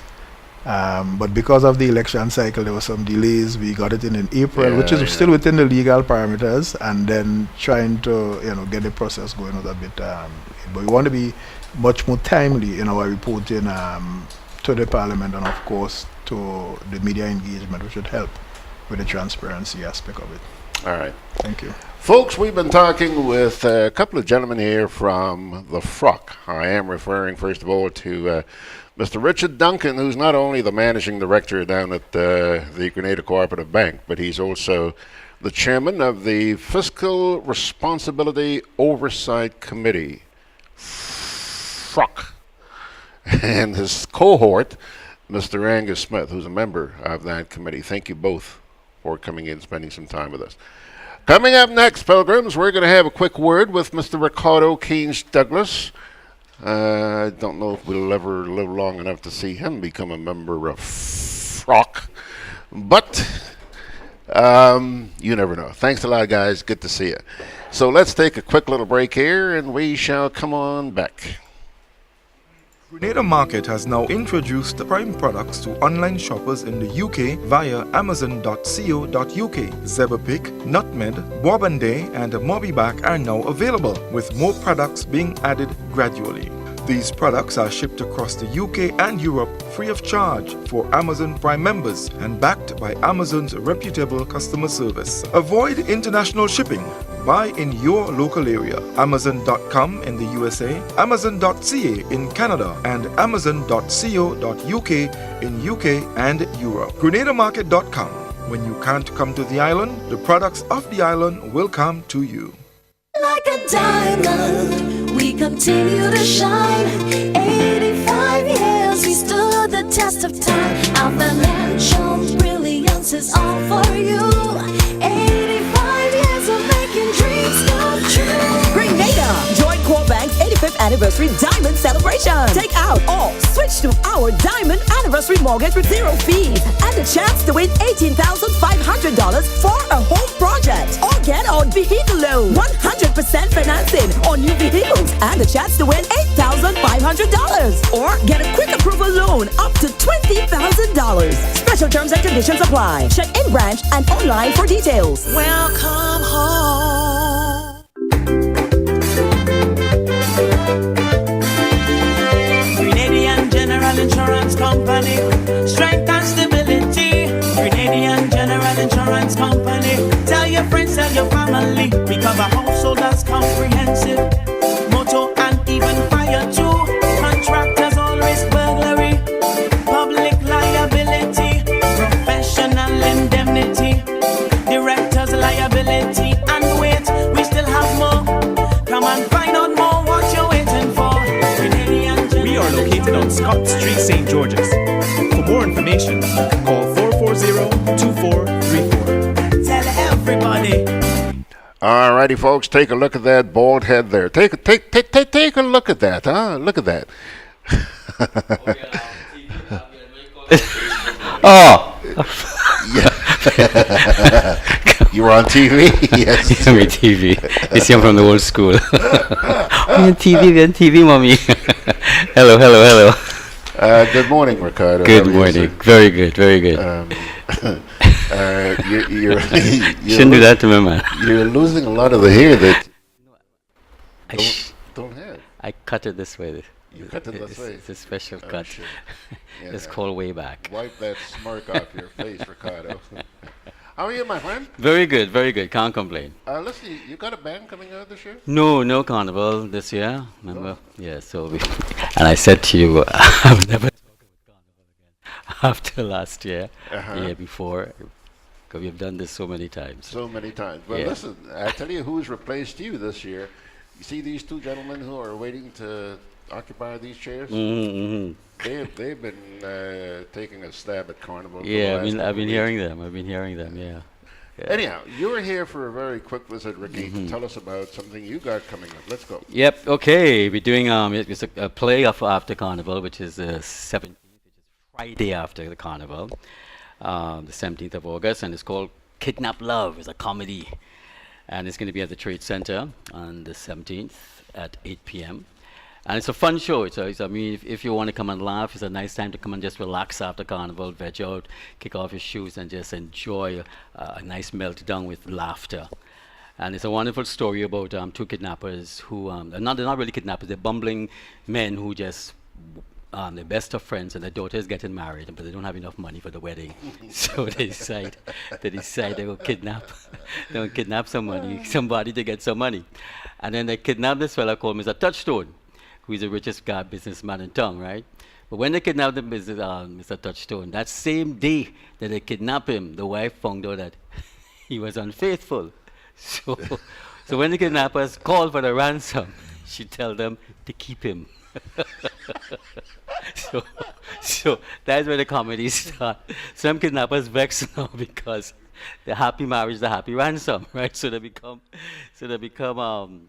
marriage counselors now. They're trying to get them back together. So that's where the humor starts. So it's really a funny show. And it's not a long show. I mean, I know a lot of people are going back on the Saturday. So Friday night especially for all visitors, Friday night is a real nice lime at the Trade Center. And it starts at 8 p.m. The tickets are only $40, and you can get it at the Grenadian Optical in St. George's and Granans and Gittins Pharmacy. So you're out of there by 10 o'clock. So you can go home and finish packing and all the crap back and How long is the play? It's about an hour and a half. An hour and a half, yeah. So it's a nice tight show, and you're laughing from the time you come. And there are messages too, eh? There's a lot of messages in the play, because I don't like just doing a play just for the sake of laughter. I have to pass something on to the audience. Tell us a bit about your cast. The cast, a wonderful cast. We have Curleen Duncan. She's been with me for a little while now. Joe McCurtain, Dale Bowler, Jay McDonald, Michael Reddit, who is a big strapped guy you'll see when you're coming into the airport there. He's the immigration officer. And Christina Swan. So just 6 actors. Okay. And I got to mention my little sponsors, if you don't mind, because please. it's the same. Co-op Bank, they're always supportive. Hubbard's, Pegs Enterprise, Excel Plaza, Grenada Trade Center, and Netherlands Insurance. They always kind of support the theatre arts. Okay, it's tough for theatre arts people to get anything, because we have no FET, we have no 1-to-1. So Ricky. It's really. But let me tell you something. You want to come and have a good time. It's family oriented. It's just only $40. I mean, come down. You're going to be laughing. And it's a real kicksy show. It's Friday, so all roads lead to the Trade Center. The Trade Center is a wonderful sponsor as well. God bless Ricky Bido. He's been really, really supportive of the arts as well. So he's really fantastic. So I want everybody to come down and support. It's a local theater. It's a local group, and international performances. Performers on it. And you're getting top notch. And come down and support. I won't say I for me. Kidnap Love at the Trade Center. Okay, Ricardo Keynes Douglas, we're going to try and get down there, take a look at Yes. this. I could do with a good laugh. Yeah. I really could do with a good laugh. Yeah. And the date again? It's the 17th of August, which is a Friday after Carnival. At $40, 8 p.m. the Trade Center. You can get tickets at Grenadian Optical, which is in the mall in Granans and in St. George's, and Gittins Pharmacy. Name of the play? Kidnap Love. Kidnap Love. Kidnapping Love. Based on what you just explained to us here. So everybody who's hearing this now, especially those you right around the world, make a phone call right now to somebody in Grenada and tell them go see the play, or send them a little express money, send them a little $40. So spread the word. It's gonna be fun. You should set up a booth at the airport. I see the GTA has this welcome center. I tried that about 3 years ago, and I came and asked for snow cone. So I said no. Every time, you have any snow cone? You have any snow cone? I said, no, I sell the tickets now. You want snow cone, man? It's hot. Yeah. Okay. Thanks a lot, Ricky. We'll Thank try you. to get down there. Yeah, okay, buddy. Ricardo Keynes Douglas telling us about Kidnap Love. 17th of 17th of the month. Everybody here is in stitches. Now you don't have to leave, Ricky. You could sit here and listen, or you could join these guys, because let me tell you, they're going to be bunging away in just a few minutes. I just want to share something with you that I just received a little while ago on the Rumble chat box from our friend out there in Carriacou, and boy, this breaks my heart. John says that he just went down to Hillsborough to watch the regatta, and that there are only 2 boats on the water in the same race. He said it was very disappointing, so he came away. No sign of any youth races. Boy, that's kind of earth-shattering news. I'm really disappointed to hear that, to see what this regatta in Carriacou has come to. I know when we had tons and tons of these local boats getting together to participate, and not only that, but you had a lot of the regular yachts also taking part in the event, and it was always so difficult to find accommodation in Carriacou at this time of the year. Anyhow, so much for that. Folks, if you take a look here, you see, there they are. They're getting set up. There's Mr. Blue, that's Mr. Robinson, and then there's Mr. Black, Mr. Legends. There's a fee for promoting Legends on the program. Right? What are you promoting, Randall? No, don't answer that. Don't answer that yet. Okay. Folks, let's take a quick little break here, and right after that we'll come back and settle down to hearing what these guys have to say this morning. Maybe you might want to call Colin, and Colin is supposed to be joining us. Let's give Colin a call and remind him. I haven't seen him here in person. He did say that he might show up in person, or he would be on the phone, but one way or another he was going to be with us, and so we're looking forward to hearing from Colin. But right now, let's take a little break. Conveniently located in the GRENADA Shopping Center, for over 40 years, Food Fair has provided quality service at affordable prices. Now, grocery shopping is made easier and more convenient from the Food Fair web store. Hey, babe. Listen, I need you to go down to Food Fair to get some groceries. All right, no problem. Right away. Thanks, babe. What are you doing? You're supposed to be going Food Fair to get a grocery, man. I am, but didn't you know you can order your groceries online from the Food Fair web store? Are you serious? Of course. All you have to do is just to log on to www.foodfair.gd with credit card in hand, and with an order of $100 or more, Food Fair Grenans will deliver up to 3 miles away. And you don't even have to worry about your information, you know. Their safety measures are excellent. So hold on.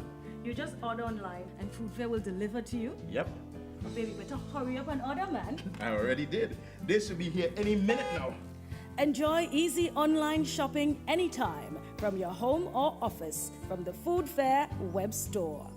Food Fair, where you can fill your baskets without emptying your pockets. The Rotary Clubs in Grenada invite you to its biggest ever all-inclusive Carnival Sunday Fest at Spice Basket on Sunday, August 12th. Join us as together we celebrate 50 years of service to the Grenadian people. There will be fireworks display, pan wizards, trios, Now, Solid the Band, Dash, Talpree, Scorpion, Short Pre, and The Inspector, DJ Blackstorm, and Small Clothes. Admission $200. Starting time 12 noon. Unlimited drinks and a wide variety of local foods. On Sunday, August 12th, Spice Basket. Alrighty, folks, just about time to get started with our gentleman here, and we're going to say, first of all, a very good morning to Mr. Randall Robinson, and there he is with a big smirk on his face. How are you, sir? Very good, thank you very much. And by the way, all of your listeners and viewers, wherever you are, have a blessed one. It's a lovely day in Grenada today, no, George? No kidding, man. Are you telling me outside there it's hot? Where's the weather we were supposed to? First of all, when we are not supposed to have any weather, we get pounded. Yes. when we are supposed to be having weather, we get sunshine. We have this thing all figured out in this country. Huh? Huh? All right, so there you are, and let's say good morning now to Mr. What's his face? Mr. Godfrey Augustin. How are you, Godfrey? Very good, very good, very good, very good, George. It's good to be here again. And you guys, after having been released from my little episode in St. David, temporary imprisonment. Temporary imprisonment. Yeah, and you know, George, permit me, we're supposed to be talking Carnival. Yeah. But then again, Carnival is bacchanal. Okay. And I am extremely disappointed that after how many days now we had those landslides? That was the first Wednesday. Right. Today is Sunday. Yes. I am extremely disappointed that, you know, a more serious effort, you know, has not been made by the authorities to clear the roads in St. David. I'm not saying that they are not clearing, but you would think by now at least the main roads should be taken care of. Between Belial Gap, that's the road to go into Belial, and Coles Gap, there were 10 landslides. 10 landslides. There were about 3 major ones and some smaller ones. But 3 of them were in the road, so they actually take out part of the road. The other ones into the drains and just overlapping. And it's Sunday today, and we still have one-way traffic between Belial and Coles Gap. Really? Yes, we still have one-way traffic. I mean, this is slackness as far as I'm concerned. I would understand that, yeah, you may want to give priority to our main roads, because there are other areas that have been affected, like inside Belial. There were 5 slides inside of Belial. People in Belial could not go in or get out for at least 2 days. They've since cleared half of the road, so at least you can drive through, but the other half of the road is still covered with mud and debris and all of that. But, you know, you would think by now that at least a more serious effort is made to clear the St. David main road. I am extremely disappointed. Now, the morning following all the rain and slides, I sent Minister Joseph a message, and I sent him some photos so that he can see exactly what was happening inside Belial. While I was trying to walk up, because I couldn't drive, but I was trying to walk through the mud and everything like that to get out onto the main, I saw him driving down. He stopped. He said to me that there were 31 areas in St. David that need to be attended to, and they only have 2 machines. That I don't understand. That I don't understand. What happened to all the private contractors, the Chinese, what happened to... You might be able to help me with that, Randall. Wait. You don't always be on Facebook talking about them things. No, but I mean, I would say this, though. I had to go to Marianne from home last night. So I drove through Lavery. Because you know you could go through that shortcut and get over there.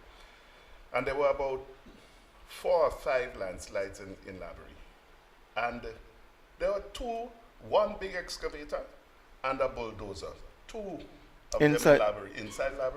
Now the road was clear, but they're sitting there.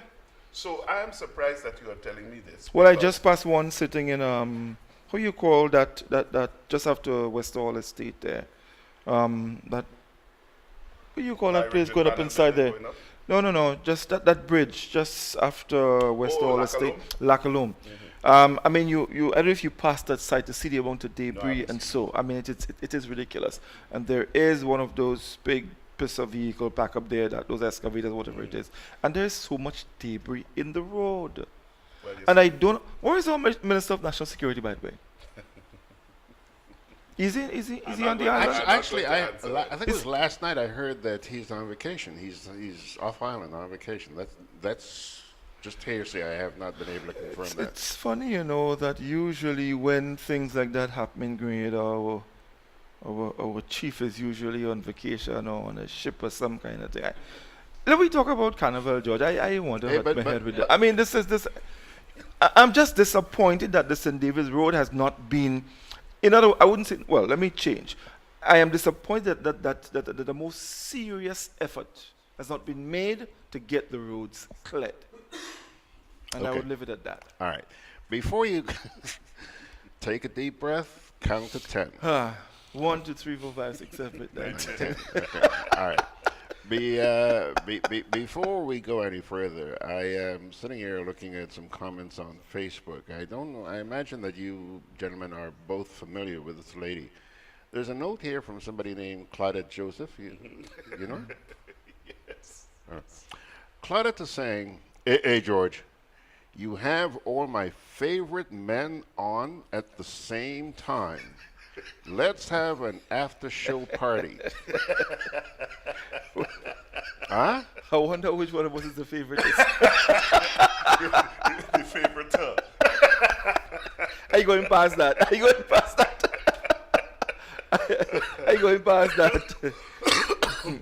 Well, I'll tell you, Claudette's right on the money there. I'm game for something to do after the program. So whoever has decided to fork up a few cents to buy Georgie a salad or something, I'm game. Okay. Me too. Okay. All right, Claudette, we're waiting for you. Fill your purse and come on down. All right? Now, gentlemen, you said that this week you were going to be doing an assessment of the finals, the semifinals? Yeah. Yeah? I wasn't able to. I was hoping by now to have gotten all the songs from the semifinals. I've not been able to get it yet. Someone did promise me. They're working out. I haven't been able to get all of it. But, looking at the 10 artists that were selected into the final to compete against the defending monarch. Now, let me say up front, I was not at the semi-final, so I cannot speak to the performances, right? I can speak to the quality of some of the songs that I've heard, and there are a couple of them, well, maybe the others doesn't meet up, but I really think our Calypsonians, or some of our Calypsonians, need to spend a little more time, writing. And probably talking to people about their work. And there is nothing wrong with that. It can only help you a whole lot. Talk to people. Get a second opinion. Find out, because you see, we all have our strength in different areas. I might not be good at one thing, but I might have a very good eye for something else. So it would help to, maybe you have a song, run it by Randall, run it by Ricky, you just might see something, or you might get something you didn't see. In a card game, they always tell you the person looking on from outside is the one who sees the play. And the same thing can apply to Calypso. When you write your Calypso, you do your work, get a second opinion before you go through. Instead of thinking, hey, look, I have it all, I have it locked down, this is me, and I am the man, I am the, it would help. Because a lot of times, if we don't do that, what you find happening, you go into a competition all hyped up and you have it locked down, and then you come last, and then you want to kill everybody, or you want to beat up a judge, or you want to do some kind of thing. You see, Godfrey, it's all about personal development. Yeah. If you're serious about the art form, then you have to do the things that are necessary for you to be able to do the best you can, to be the best you can. We see somebody like Ricky. Ricky had the raw talent as a youngster and so on. He went off to Canada, did very, very well for himself, but with training. Oh yes, right? With a indeed. Coach, with training and all of that. And so we find these examples all over the place. You don't get there by yourself. There's somebody who is there and takes you on as a project, and they get you to where they think, you could get. And sometimes somebody could only take you so far, and then you have to get somebody else to take you to the next level, as the case might be.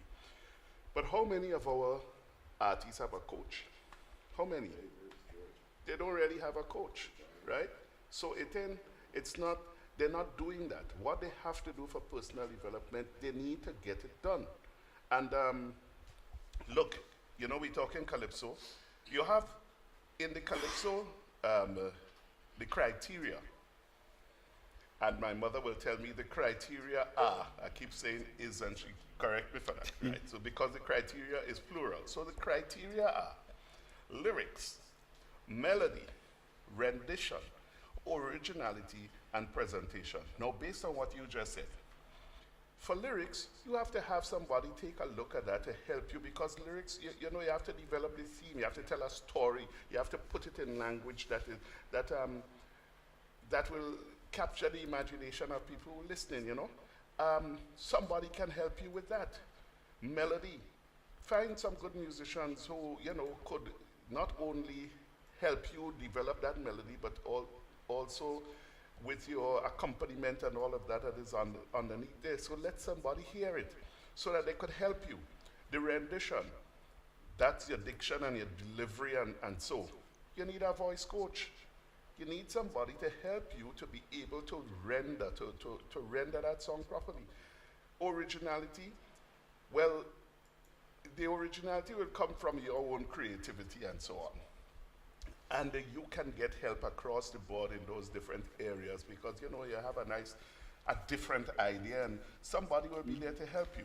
And the uniqueness of the concept, go to a calypso person, you know, and say, what do you think about that? Somebody who is very knowledgeable, like the Pelés and them who know most calypsos.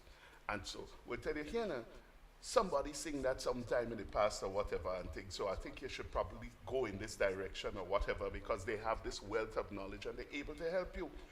Not because you went to discuss your calypso with somebody means that they're not going to be confidential and go, you know, and go and tell everybody else, because I understand that would be one of the biggest things that the calypsonian would be concerned about, confidentiality, that you don't go and talk on them, because, you know, you're going to competition with something that's different. And of course, your presentation, conviction and body language, your eye contact, how you use the stage. You need somebody in theater arts and so on who is going to be able to tell you what is the best use of your body and so, and your props to make your presentation come to life. All right. Thanks a lot, Rando. Just before Godfrey responds to you, I want to make a couple of announcements here. First of all, we seem to have been let down by Colin. I have not been able to reach Colin, okay, and he hasn't called us. However, a true loyal patriot, gentleman who was with us last Sunday, the Black Wizard. Yeah. Okay. He's on the phone. You want to say good morning to the Wiz? Wiz? Hello. Hey, good morning. Morning, everybody. Who's that? Where you going? On viewing. Yeah. Yes. Excellent. Okay, so Wiz is there with us. And I also want to say good morning to the people around the world who are listening to us this morning, because there are a ton of them out there. They heard you guys were coming. They ain't going to miss this for nothing. All right? So I see that they're in Hamburg, Germany, Brooklyn, New York, Midlothian, Midlothian, that's in Washington, in Virginia, sorry.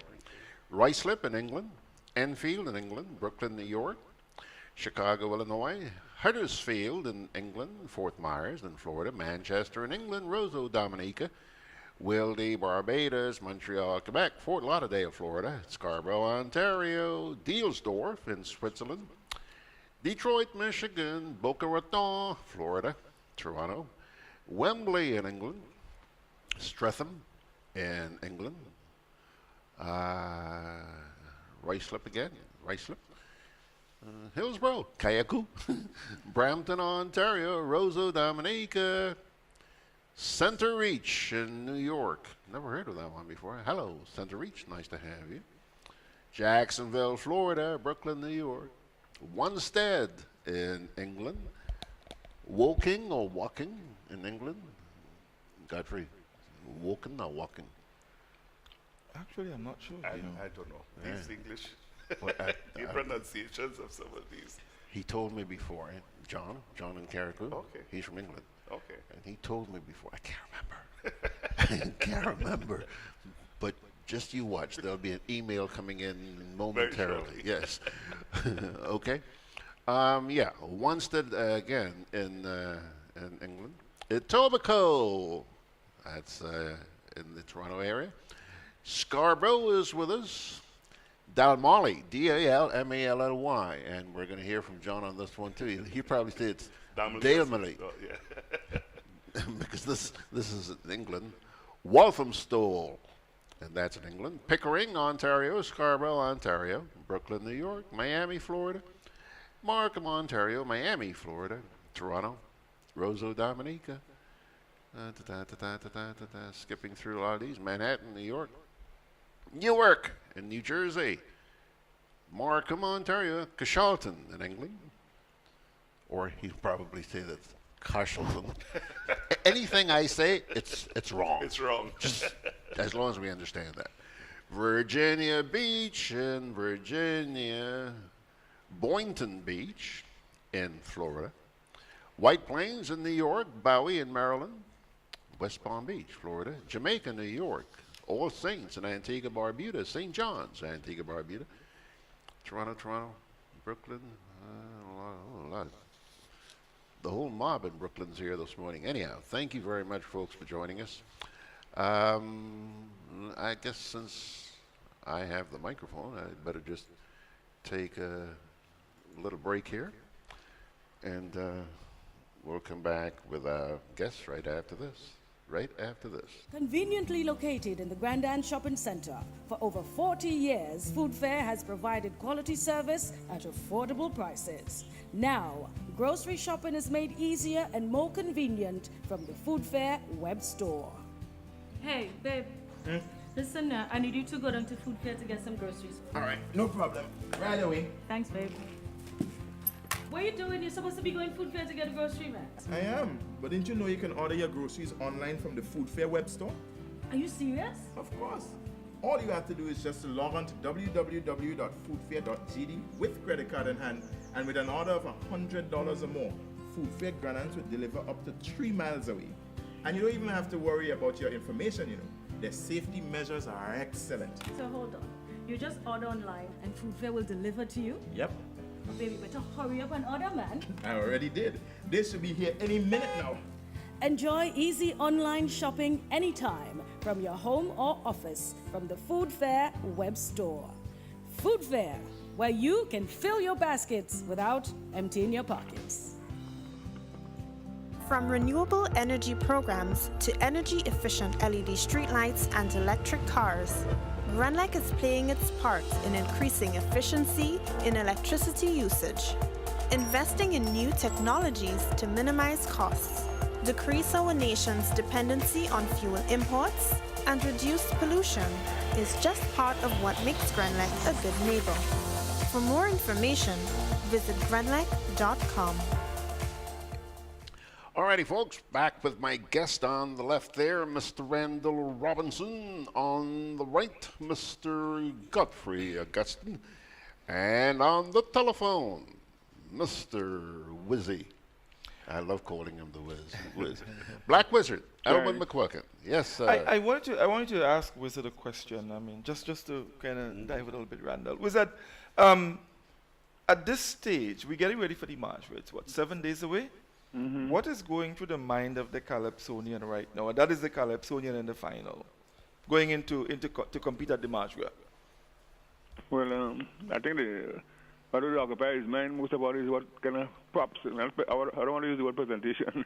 What kind of props he'd use, organizing the props and stuff. You know, that would take most of his time, and what clothes you would wear and stuff. But apart from that, you want to make sure that everything goes well in terms of the music, for instance. You know, you might be making changes, for instance, in your song or in your arrangement and stuff. You know, so those are the kind of things that will occupy your mind. What kind of changes you could make to up your game?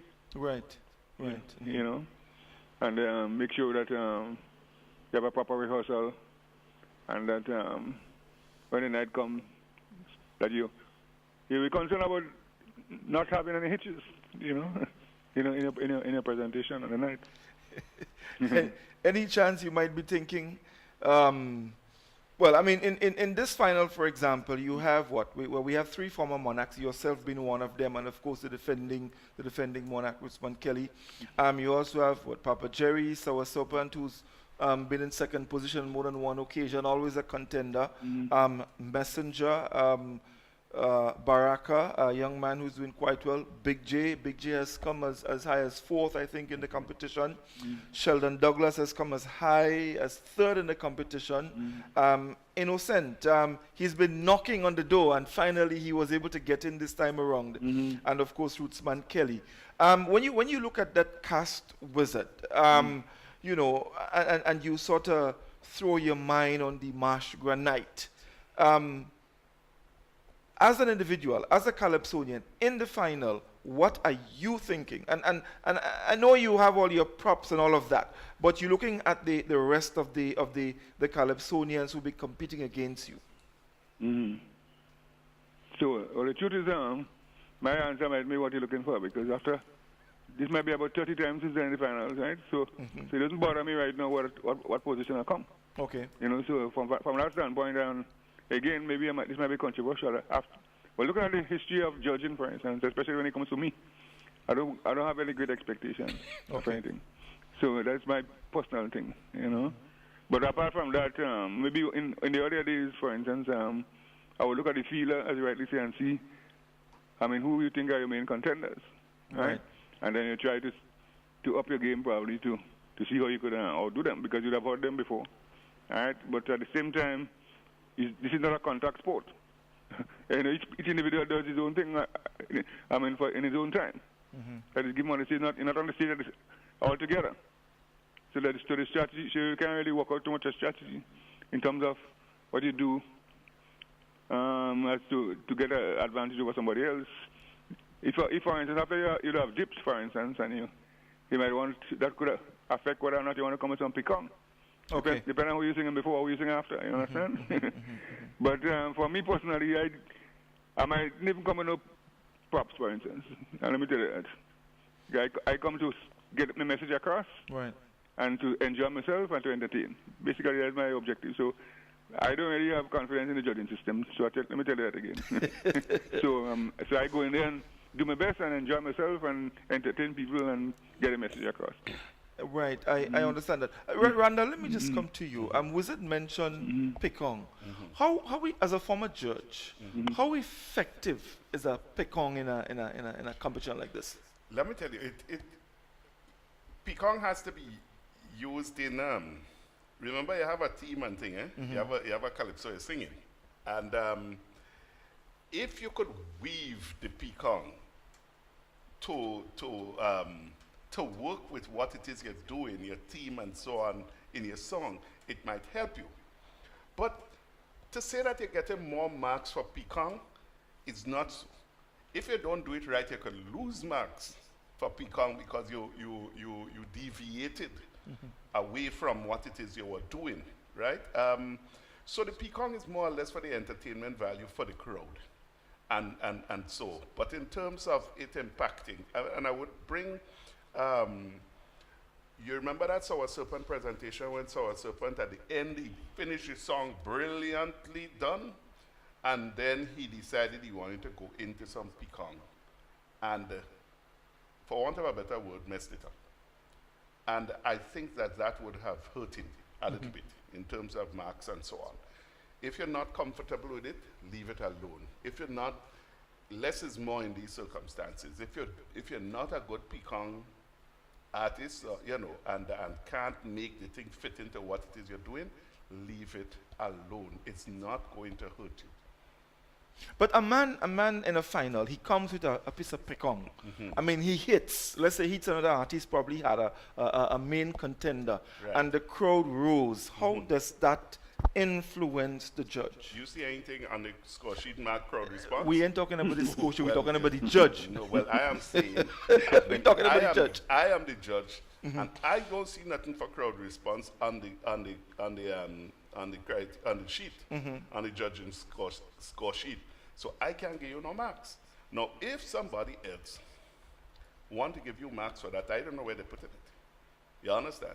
But for me, I like to follow the criteria. And I don't see crowd response there. I see what got you alluding to, in the fact that... What I was going to come to was that I was going to come to you. I was going to come to you now. Because you see, I'll tell you, I mean, there's also the subjective aspect of adjudicating. No, a man hits a picon, and it goes down well with the crowd. I mean, clearly it would, in some way, it will enhance his performance. So, I mean, in truth and in fact, maybe in detail or by extension, it will influence the judges. Look, you see... We know it's not there. No, but hold on.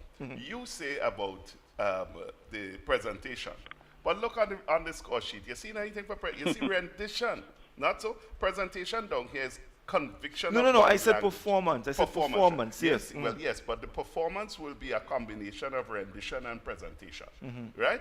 So you have conviction and body language. Now, remember, their presentation is only 10 points, right? Use of stage, irrelevance of props. And in that circumstance, you might probably want to see that pecan is a prop. You may want to, if that is where your head wants to go, it might be, this little thing that you add at the end of it to kind of enhance the performance and so on. But, Godfrey, 1, 2, 3, 4, use of stage, eye contact, body language, use of relevance of props, and that giving you 10 points. So the relevance of props there, if you're using it in that circumstance, might give you a 2.5 if you want to weigh each one of those categories as the same, with the same marks. How much are you really getting for that? But mine does win Crown by 1 point. I see it happen already. What's up? Yeah, of course. But in actually, was it? No, 2004, Scholar lost the Crown by 1 point. Yes, it is possible to do. But Godfrey, what I'm saying is that jumping up and screaming and carrying on does not affect me. I don't know if it would affect other judges, but I listening to what I have. Usually by the time you get to your final verse, more or less the marks are there, right? More or less the marks are there. Okay. You're just waiting for the finish of the calypso. That it closes off and then you say, okay, fine. Let me just mark them down. Was that? Do you share? I mean, do you feel the same way? I mean, well, I see where you're trying to go. I mean, what you're alluding to about I agree with Randall, but he can speak for himself because maybe he has that maturity and he has that emotional intelligence so he could deal with the issue of so-called subjectivity. But not every judge could deal with it. So if, for instance, a man have the crowd roaring and things, automatically that transferred not only, even if there is, let's take the soca monarch, for instance. So the crowd response is 10 points. But if you march out the place and people are roaring and all kind of thing, that transfers, transits into points on the lyrics and other things. I mean, because of the immaturity and the emotional immaturity of other judges. Because, human beings are basically emotional, so they respond to the emotions, but there's no such thing, in my opinion, as subjectivity. I mean, in my opinion, that's my philosophy, there's nothing called subjectivity. Subjectivity is emotional because you don't understand what caused the emotion, right? So if you understand, for instance, a man could sing, he could pick on, for instance, and it make no sense. But because he say a nice thing that people want to hear, they would give him, some judge might give him points, but that's emotion. But so I believe in objectivity. Objectivity is the fact that he's singing nonsense, whether he sung nice or not. If he's singing nonsense. So, but I agree with you. But there's also what I believe should be what should be looked at, the holistic performance of an artist on stage. I mean, taking into consideration the 5 criteria, right? As one, but which would when it comes to 5 criteria, you see, there's on the sheet lyrics, and so they're not criteria. Each one, that was just headings. Because, for instance, you could take out originality. You could take it out. You don't have to talk about it as a separate thing. So those are headings. So each one has its own criteria. Each heading has its own criteria. That's why sing around. Well, yes, okay, right, fair enough. But I'm speaking about the holistic performance. How everything there combines as one you know, to sort of make that performance what a judge might be looking for. So how well the Calypsonian sings together with how he moves on stage. I mean, kind of synchronizing of everything. Well, the mathematics, at the end of the day, mathematics that is said, so because they try to make it easy for you by separating the different aspects of the song. Yes. But I, for instance, okay, if I could judge a calypso competition without using a sheet in front of me. I could just give a score, for instance. Like, let's say, for instance, they call American Idol and those kind of things. Right. As soon as they finish, just give a score. They put a score on the punch in a score. I could do that because I could listen to calypso based on my experience and say that is a 70 calypso, that is 65 calypso. But the only thing, the little nitty-gritty to make the difference, the mathematics might help. Yes. Because you might tend to just score in 60 or 65 and 70, 75, 80. So you might hardly put on a 62 or 63 in that sense. But I could listen to a song and say that song and deserve more than 65 or 70. So that's where the holistic thing comes in. Right. Right? So, but because you have a little minor thing and because everybody have the same level and maturity to do that, then you have to separate it so that it make it easier for the judges. Some people want to separate it even further. They want to separate it even further, like all the little things on the lyrics, for instance. Some people might want to. But I see a guy was doing that in a show, and he put on all the little things on the lyrics, for instance. You separate them and put scores for them. A 2 there, 1 there, 3 there, 4 there. You know. With that, let me tell you. I mean, what you just touched on is my what's the word? How I grew into getting to where you are. For instance, when I just started, when I was just called upon to judge, I took apart, you know, the lyrics, the melody, the rendition, and so on, and kind of weighted them, and I would give points inside there because I was just starting out. So I wanted to know how this captured, what did I think of the imagery? And if I gave that a weight of 5, between 1 and 5, what, you know, if it was a worth of 2 or 3 or 4, and you gave those kinds of marks, and then at the end of it, I was able to add up and get a reasonable score. Now, as you go along and you do this a lot, then you are able to say, okay, fine, I could give a general score for lyrics and a general score for melody, but I think when you're starting out, it's important to take a look at those, you know, those little details, because it helps you in training your mind to pick up things quickly. All right, gentlemen, let me do a little bit of housekeeping here. First of all, on the chat box, Rumble, Dean Knott says, I hope the show starts on time. Teacher Eddie had 2 good songs and he did not make it. Yep. Okay. Then John Dilgaff says, as suggested before, each contestant starts with 100 points and deductions are then made for falls. Who started that scandal? Wasn't it you? That was Godfrey. Yeah, Godfrey. I believe in that. You start every calypso with 100 points and you deduct as you go along. You look for the errors. You are before behind, man. No, I ain't not before behind. I am sure Wizard would agree with me. I am sure Wizard would agree with me. If you see, because you see what would affect a calypsonian score is his errors. I mean, if as you go along, as he performs, and you cite areas, you deduct a 2 here, you deduct a 3 here, you know. My mind don't work like that. Is there such a thing as a perfect song? All right, now there's exactly. Let's turn to Facebook now for a minute. Anthony D. Riggs says, Calypsonians must realize that the stage is no longer local, but technology has made it possible to instantaneously reach the global village that will pick up on sexist and other statements that go beyond pecan. Then Anthea, who's in Decatur, Georgia, humbly says, what is pecan, please? Come to Grenada. I think she's due for a visit. No, pecan means throwing shade. Throwing shade. I think that's what the Americans use now. You're throwing shade on somebody. That's pecan. You see, what pecan come from the French word piquant. Piquant. Right? And you know what a piquant does? Yes. We say piquant juke. Yes. So when a man give you piquant, it's a fatigue then. Yes. When you give it like in extempo, for instance, and you have the war of words.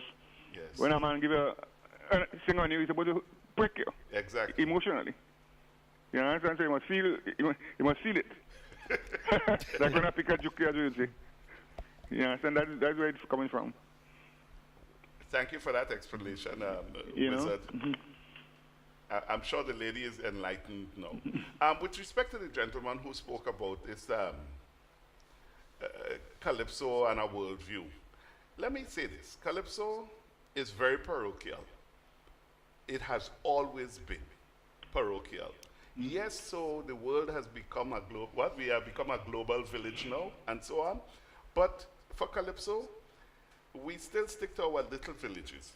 And we understand that some of you might really want the art form to mature into this thing where it's about the world.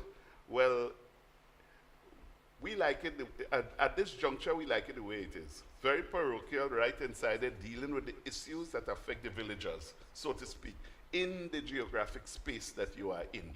And so in that cloistered, small geographic space that you're in, and that's where the art form was born. That's what the art form tried to deal with, helping us to be better people in the space that we are in. And so, yes, some of it is ready for the world, but not all of it is. And so we must deal with it in the form that it is in. Some people write for the world. Some people try to keep it as pure as possible and write for the village, and we have to respect that.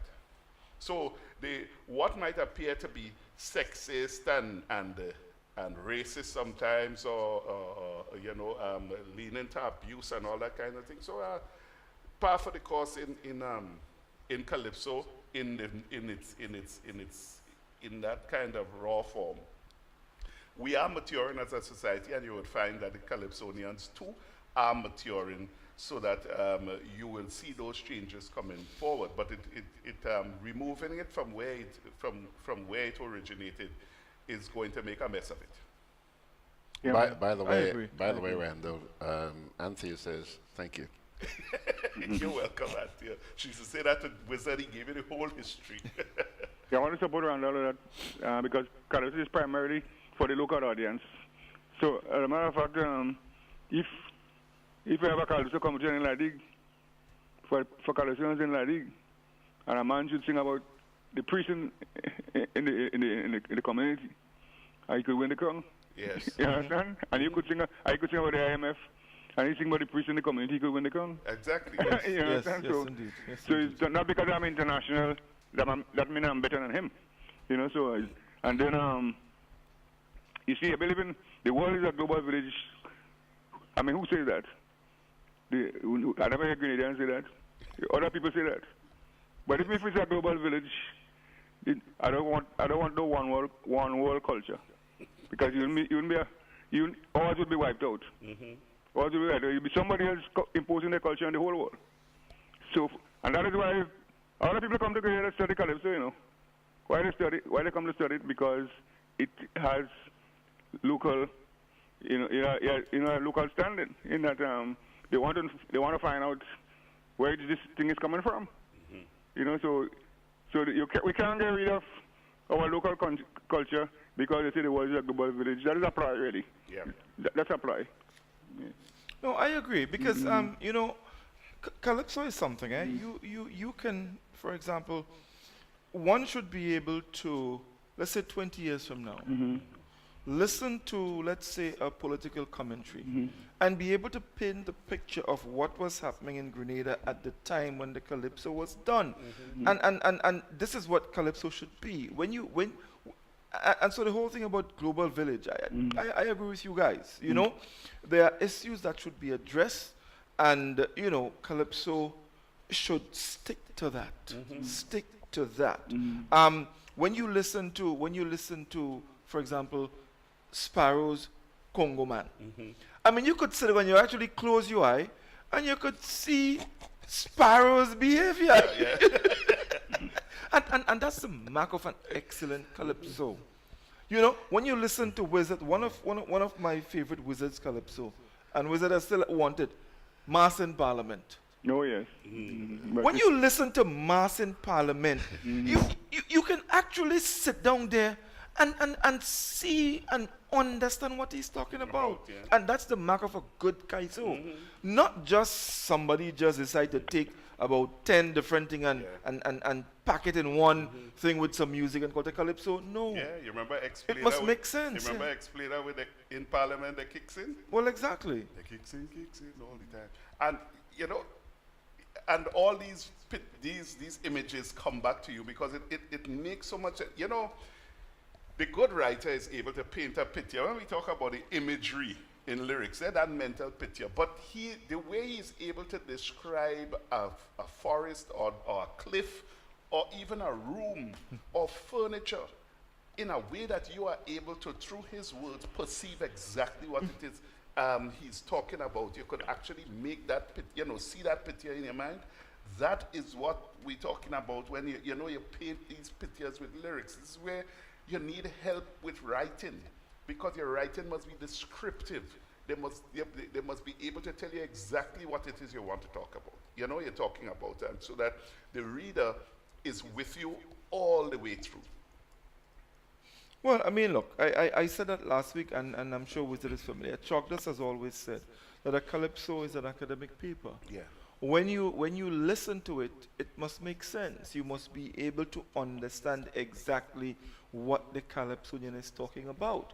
And even if it's a case where the calypso has the double meaning, as we say locally, you should be able to paint that picture of both meanings. Right. And a good calypso doesn't come better than that. That's the point. That's the point. And people need to understand that. You know, there was a time, Godfrey, when you used to play the pan, you used to hit one note at a time. Ping, pong, ping, pong, ping, ping, ping, and you do that. No. And that's not how pan songs, eh? Yeah, well, whatever. I work with the old ping pong. Get in line. Get in line. With the old ping pong song. Come fall in line with the times. But if you listen to the really good pan players now, some of them, they always use two sticks. But now the two sticks are in use one time because one is playing the melody and the other one is giving is accompanying it. So it's like a duet going on in there. And then some people are playing with four sticks now. Yes, so it's one instrument, right, which is the calypso, but it is hitting two different things at the same time, or four different things at the same time that are merged together, that makes sense regardless of which one you're listening to. And that is the beauty of the thing. And when you get there, you have really done a wonderful job. All right. Let me try and do a quasi-wonderful job here by sharing some of the stuff on the Rumble chat with you guys. Dean Knott. Does that name ring a bell? I think Dean Knott is a steel band fanatic, if I'm not mistaken. Dean says, who will be the judges for the final competitions? Is it local or overseas judges? Answer that, and then I have another one from Kipling. Well, we don't know at this stage. I suspect they're going to be local. Well, I'll tell you, as far as I'm concerned, it is going to be a travesty if we were to get... Look, let me say up front, this idea about having foreign judges judge our calypso competition, whoever idea is this, or whoever plans to bring in foreign judges to judge our calypso, they should lock them up. Serious. They should lock them up, period. Wiz, hey. You agree? Yes, but of course I agree it should be local judges based on what we've been discussing earlier on. The fact that calypso basically primarily has to be local. So the judges have to understand, the nuances and stuff, in the calypso as it relates to our society. But we have to train them. Even though local or foreign, they have to be qualified. That's the bottom line. But of course. I mean, you see, the thing about foreign, I'll give you an example. Hold on a second. Just let me share one more comment. Kipling is in New York. Kipling says, Mr. Robinson, I do admire you, a great deal after hearing the criticism vetted against you after you did the Beyond the Headlines show. Only the truth can provoke such responses. Keep being yourself. Kipling, you have this man blushing. Thank you very much, Kipling. But I think that's the only way it has. You have to deal with the truth, right. And sometimes the truth is not always what's the word? Convenient, but it is what it is. Mr. Augustine, you were about to say something. Yeah, there was a caller did a calypso. I think it was Invoke. You remember that one, right? And he mentioned a name in that song, City Side. And I couldn't understand what he was talking about. It was until after I got to find out who this City Side person was. I mean, I am living here. I follow Calypso. I'm supposed to know a lot about Calypso. I didn't have a clue about the City Side. What would a foreign judge know about City Side? How would he make sense of what the Calypsonian is singing about? And that's the idea. If you're not in tune with what is happening in the country, if the Calypso is making reference to colloquials and all of that, that judge will be totally lost. So a Calypsonian can get marked down because of ignorance. And that I mean, clearly, how fair could that be? Well, you see, and City Side. Now you're trying, City Side, what are you really trying to say there? Is that a word? Exactly. What word that is close to City Side? So now you're saying, well, okay, well, he trying to pronounce something and it don't. Maybe he's talking about a site in the city. I don't know. You know. So you see, this is a dilemma that I would face a judge who is not familiar with the colloquialisms or the local conditions, so to speak, and people in it. All right, let me digress here for a minute. A little while ago, Anthony in New York said something. I'm going to repeat his comment and the response that just came from Margaret. Anthony said, Calypsonians must realize that the stage is no longer local, but technology has made it possible to instantaneously reach the global village that will pick up on sexist and other statements that go beyond pecan. Margaret, who is also in New York, says, Anthony, I hear you, but how much of our identity should be sacrificed to please the world? I see these guys here nodding their heads, okay? And then Anthony comes back and says, Margaret, we keep the identity. That is why I was careful to mention, quote, go beyond pecan. How far do we go? Okay? And Donna Antwine now says, so absolutely good is truth. Truth never hurts the teller. What do you guys think? You know, Calypso will evolve as we go along. As the society moves along and gets more sophisticated, so will the Calypsonian become. Because they are part of a society. If everybody is moving forward, they would be moving forward too. And so you would find that the Calypso, like the society, will evolve in the same way. And it remains pure because that's what its roots are. Its roots are in the society and in the space that it is in. And we don't have to go around changing things because there is some international body that is upset about something or whatever, and then we have to try to please them. If it is that we get there 20 years after they have gotten there, then we'll get there. But to try to impose this quantum leap, so to speak, in thinking upon people, it just does not work. And what you find if you try to do that is that people get into this area of flux. They don't know what they're doing, they don't know what they're about, they don't know how they feel, and so on, because it is not rooted in anything that is of substance. So let the Calypso evolve with the society as we go along, and I think all of us will be fine. All right. Let George go along with some commercials here, and we'll come back. I want to be able to bring you guys back here next week for the grand finale. I mean, come on. So yeah, let us take a little break here, and then we'll come on back with Wizard and Godfrey and Randall. Like a diamond, we continue to shine. 85 years, we stood the test of time. Our financial brilliance is all for you. 85 years of making dreams come true. Grenada, join Core Bank's 85th anniversary diamond celebration. Take out or switch to our diamond anniversary mortgage with zero fees and the chance to win $18,500 for a home project. Or get on vehicle loan, 100% financing on new vehicles and the chance to win $8,500. Or get a quick approval loan up to $20,000. Special terms and conditions apply. Check in branch and online for details. Welcome home. Grenada Market has now introduced the prime products to online shoppers in the UK via amazon.co.uk. Zebrapick, Nutmed, Wabande and Mobiback are now available, with more products being added gradually. These products are shipped across the UK and Europe free of charge for Amazon Prime members and backed by Amazon's reputable customer service. Avoid international shipping.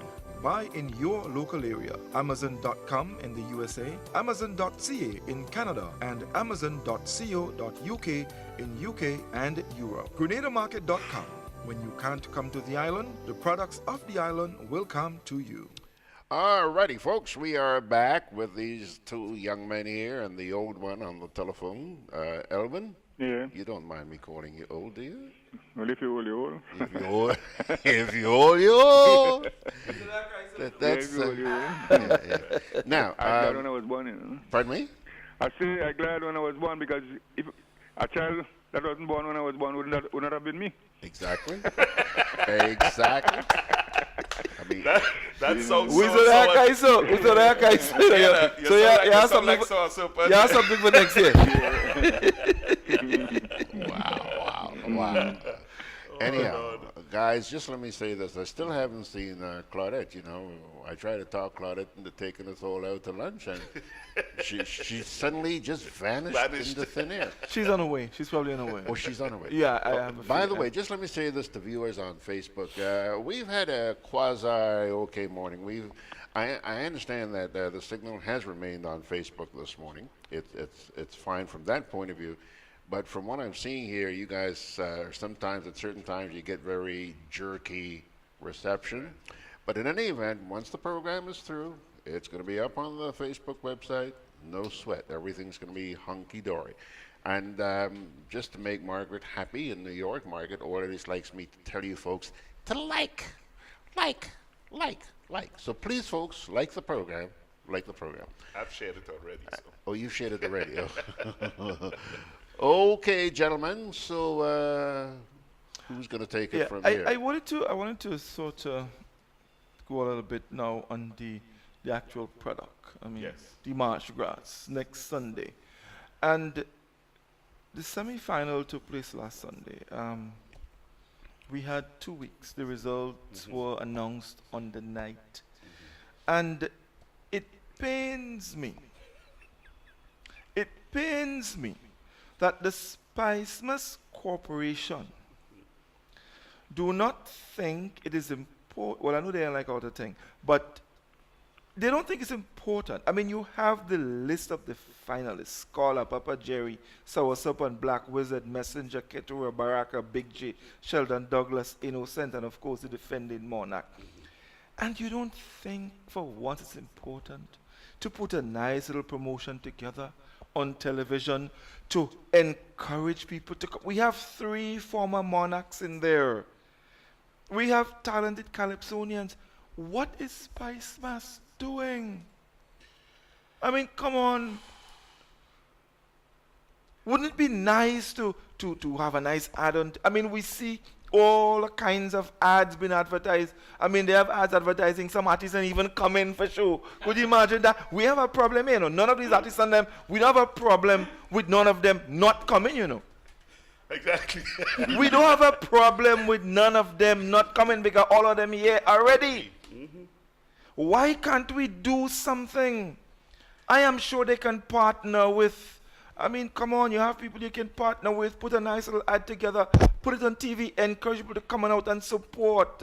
But I mean, how long is it going to take to just, you have all the images. Of Not course, only they have the images, of they have all course, the you have moving everything. pictures, they have everything. You have to just everything. pull You have out the a little music. something from everybody, and put it out there.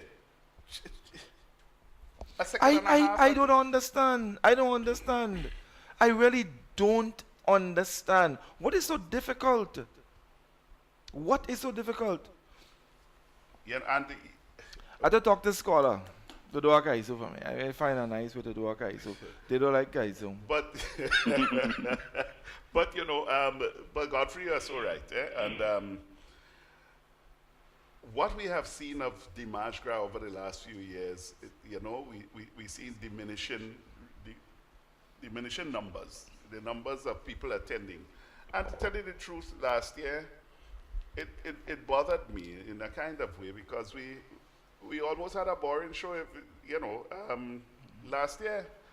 And I'm not saying, I think this year, a lot of the songs in there, people dealing with issues, there aren't much politics inside. There must be 2 or 3 political songs inside there.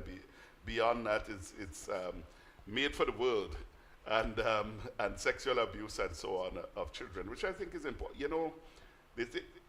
Just to sidetrack a little bit, this year would be a year for sex in all of its forms, however you want to take it, because that's the majority of what people are talking about this year in 2018.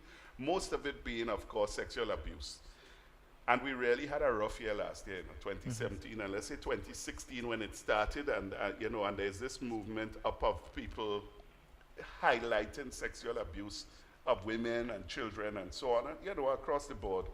So it had to have gotten into our calypsos, and it has gotten into our calypsos in spades in 2018. I mean, everybody wants to do that. What also bothers me is that so many people are shying away from the politics. There was a time when political calypsos were up there, giving everything else a good run for its money. And now we find that the Calypsonians, men that we could have been depending on to bring that side, or more of the social, the political, social issues to us and so on, have kind of gone quiet. Well, Randall, let me just butt in. Last year in the Dimash Gra, the Calypso monarch, or the gentleman who was crowned Calypso monarch last year, said in his Calypso that Calypsonians who sing on politicians are weapons of mass destruction. Wizzo, you want to be a weapon of mass destruction? Of course. Depends on who you want to destroy. Mass destruction. Well, guess what? Take it. Depends on who you want to destroy. Take it. Take it. You see, people now don't the meaning of politics. That's what the problem is, because, for instance, all those issues, the issue of sexual abuse and so they are political issues, because the solutions are so, and the prevention of it or the solution to it has to have some political policies, political policies. In the deterrence. That could help to prevent them, solve the problem. So politics is not just about party politics, For instance, if you're talking the health system, for instance, you're talking politics, because it's political decisions that will change the healthcare system, for instance. So with sexual abuse and so, I mean, maybe you might have to use education. Yeah. And that political decisions will have to determine what kind of education system you have. And the legislature as well, Right, so all that is politics. Yeah, of course. So when people say they're anything in politics, that means they're anything about what's going on in society, really? Because if you're thinking about the sexual violence and all that, you're supposed to look at it from a political aspect. What policies are in place, for instance, to prevent that from happening? Yeah. Exactly. So politics is not a narrow thing. We mix up party politics with politics. Politics, yes. Politics is about people and their lives. That's what politics is about. But coming back to the Dimash Gra thing, we need to, you see, we have to ask ourselves the question, do they really want a calypso competition? Mm-hmm. You know, I mean, maybe they might feel it better off if the calypso die a natural death. You know, so then they don't have to worry about paying appearance fees and this and that and all that, because they might tell you that he doesn't want it because they don't collect enough money at the gates. They always make that excuse, but culture, for instance, carnival is a public good, really. You don't really look to make profit in carnival. From the gates, you look at the money that goes into the economy. So when you spend money on culture and so, it's really a public good, a social good. Yeah, but but you see, I mean, it's about making money at the shows. You can, if they would promote the show and entice persons to come to the show. Why can't you build up a nice little address for the March Gras? You have Rootsman Kelly defending. You have 3 monarchs. Build up a nice thing. You know, make people from St. David's come down and support Rootsman Kelly. Get people from Chantimel to come and support Scholar. People from Laddie to come and support Wizard. Create a nice little environment where persons are coming down and it could happen. But I know it could happen. That's why I'm saying that maybe they don't care about it happening. Maybe they want to die a natural death. But you know, Wizard, if we were paying attention to what was happening with Soca and Groovy, you realize that most of the artists have their entourage, and the parish behind them, and so on, and they have been promoting this kind of my parish against yours and so on. So you know the big thing now is St. Mark's versus St. David's and St. Patrick's and so on. So you have Crown City, you know, and so on. So people coming down to because they're horse in the race, and you have Dashville and all of that kind of. So you know St. Paul's people have people coming out in a rage down the road. So that is happening in Calypso. That's the truth. But so then the question is deeper than just putting out and to tell people go and support the March Gras. I mean, I agree with God for you. You have to promote the show, but you have to look again and see why is it that people not coming out. That's one aspect in that promoted, but because they're not encouraged to come out. Right? You know, and when they there's a disconnect between the Calypsonian and the community almost. You remember, Calypsonians came out of a community. They used to be singing in that community. I remember as a little boy, we tented up in Mardi Gras there and so on, where all the Calypsonians from St. Paul's would be in their tent, and they would go out. So that there was always that connection between the community and its Calypsonians. So that when it is they made it into the final, it's everybody coming out to support your own, like what is taking place now in the soca and thing. So I think we have to get back to that and start building back those connections in the community. And the judging issue must be dealt with. The judging issue must be dealt with. And my final words, because I know we have to wrap up. I'm still waiting to see the score sheets, Spice Mass Corporation, that could put Papa Jerry, second to Scholar, in a semi-final competition. Y'all almost make me run off the road when I hear them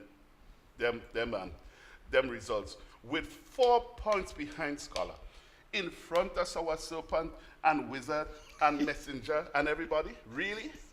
I want to see that score sheet. I want to see them.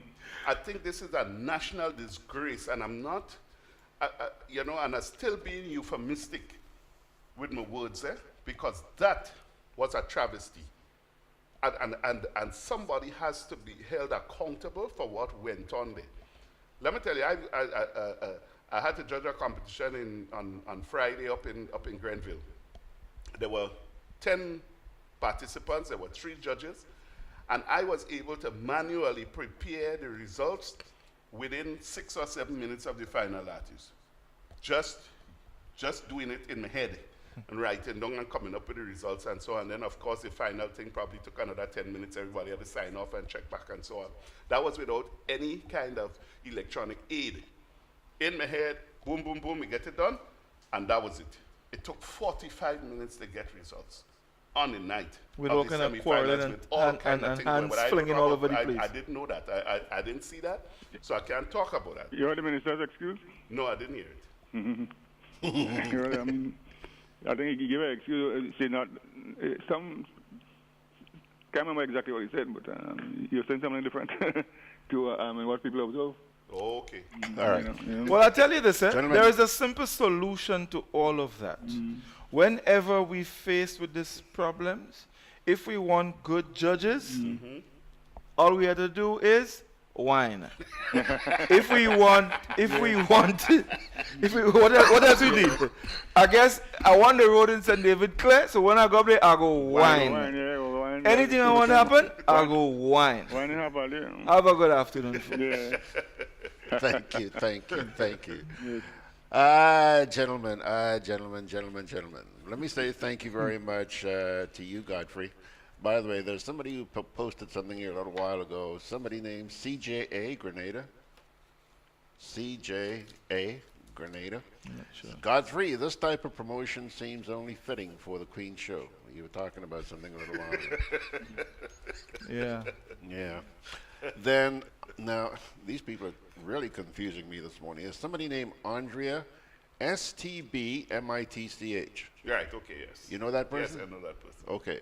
Well, Andrea what is STB? St. Bernard.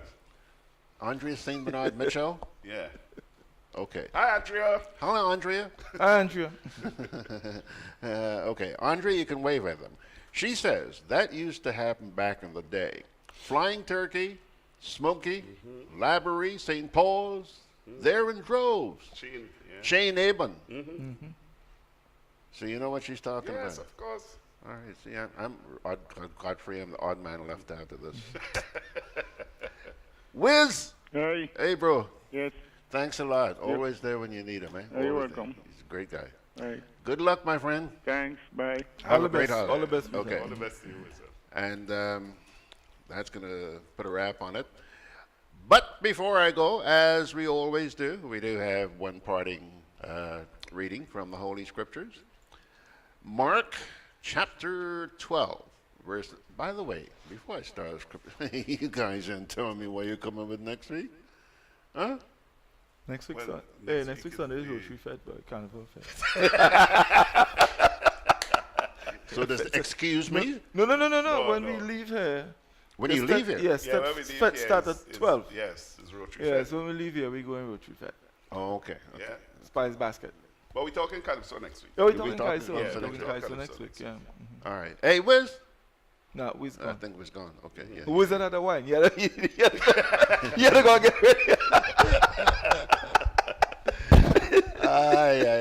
Okay, Wiz is gone. Anyhow, Mark chapter 12, verses 38, 39, and 40 says, as he taught, Jesus said, watch out for the teachers of the law. They like to walk around in flowing robes and be greeted with respect in the marketplaces and have the most important seats in the synagogues and the places of honor at banquets.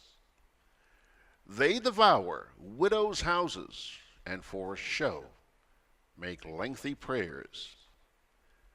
These men will be punished most severely. Mark 12, 38, 39, and 40. My dear friends, thank you so much for keeping us company this morning. I've been honored for the last couple of Sundays to be sitting with these guys. I'm enjoying this totally. Looking forward. I don't know if we can call it the grand finale. For the time being, let's say they'll wrap it up next week. However, there's something that Ricky Keynes Douglas and I used to do. We did it for a number of years. After Carnival, the first Sunday after Carnival, we do a sort of review. And it just got to the point where we were saying the same old every year. So we decided, scrap that. Well, if you guys decide that you want to bung away on the Sunday after Carnival, be my guest. All right.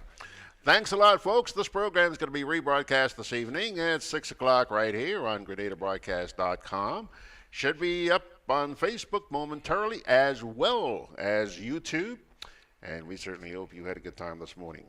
Tomorrow morning, I am going to sleep in.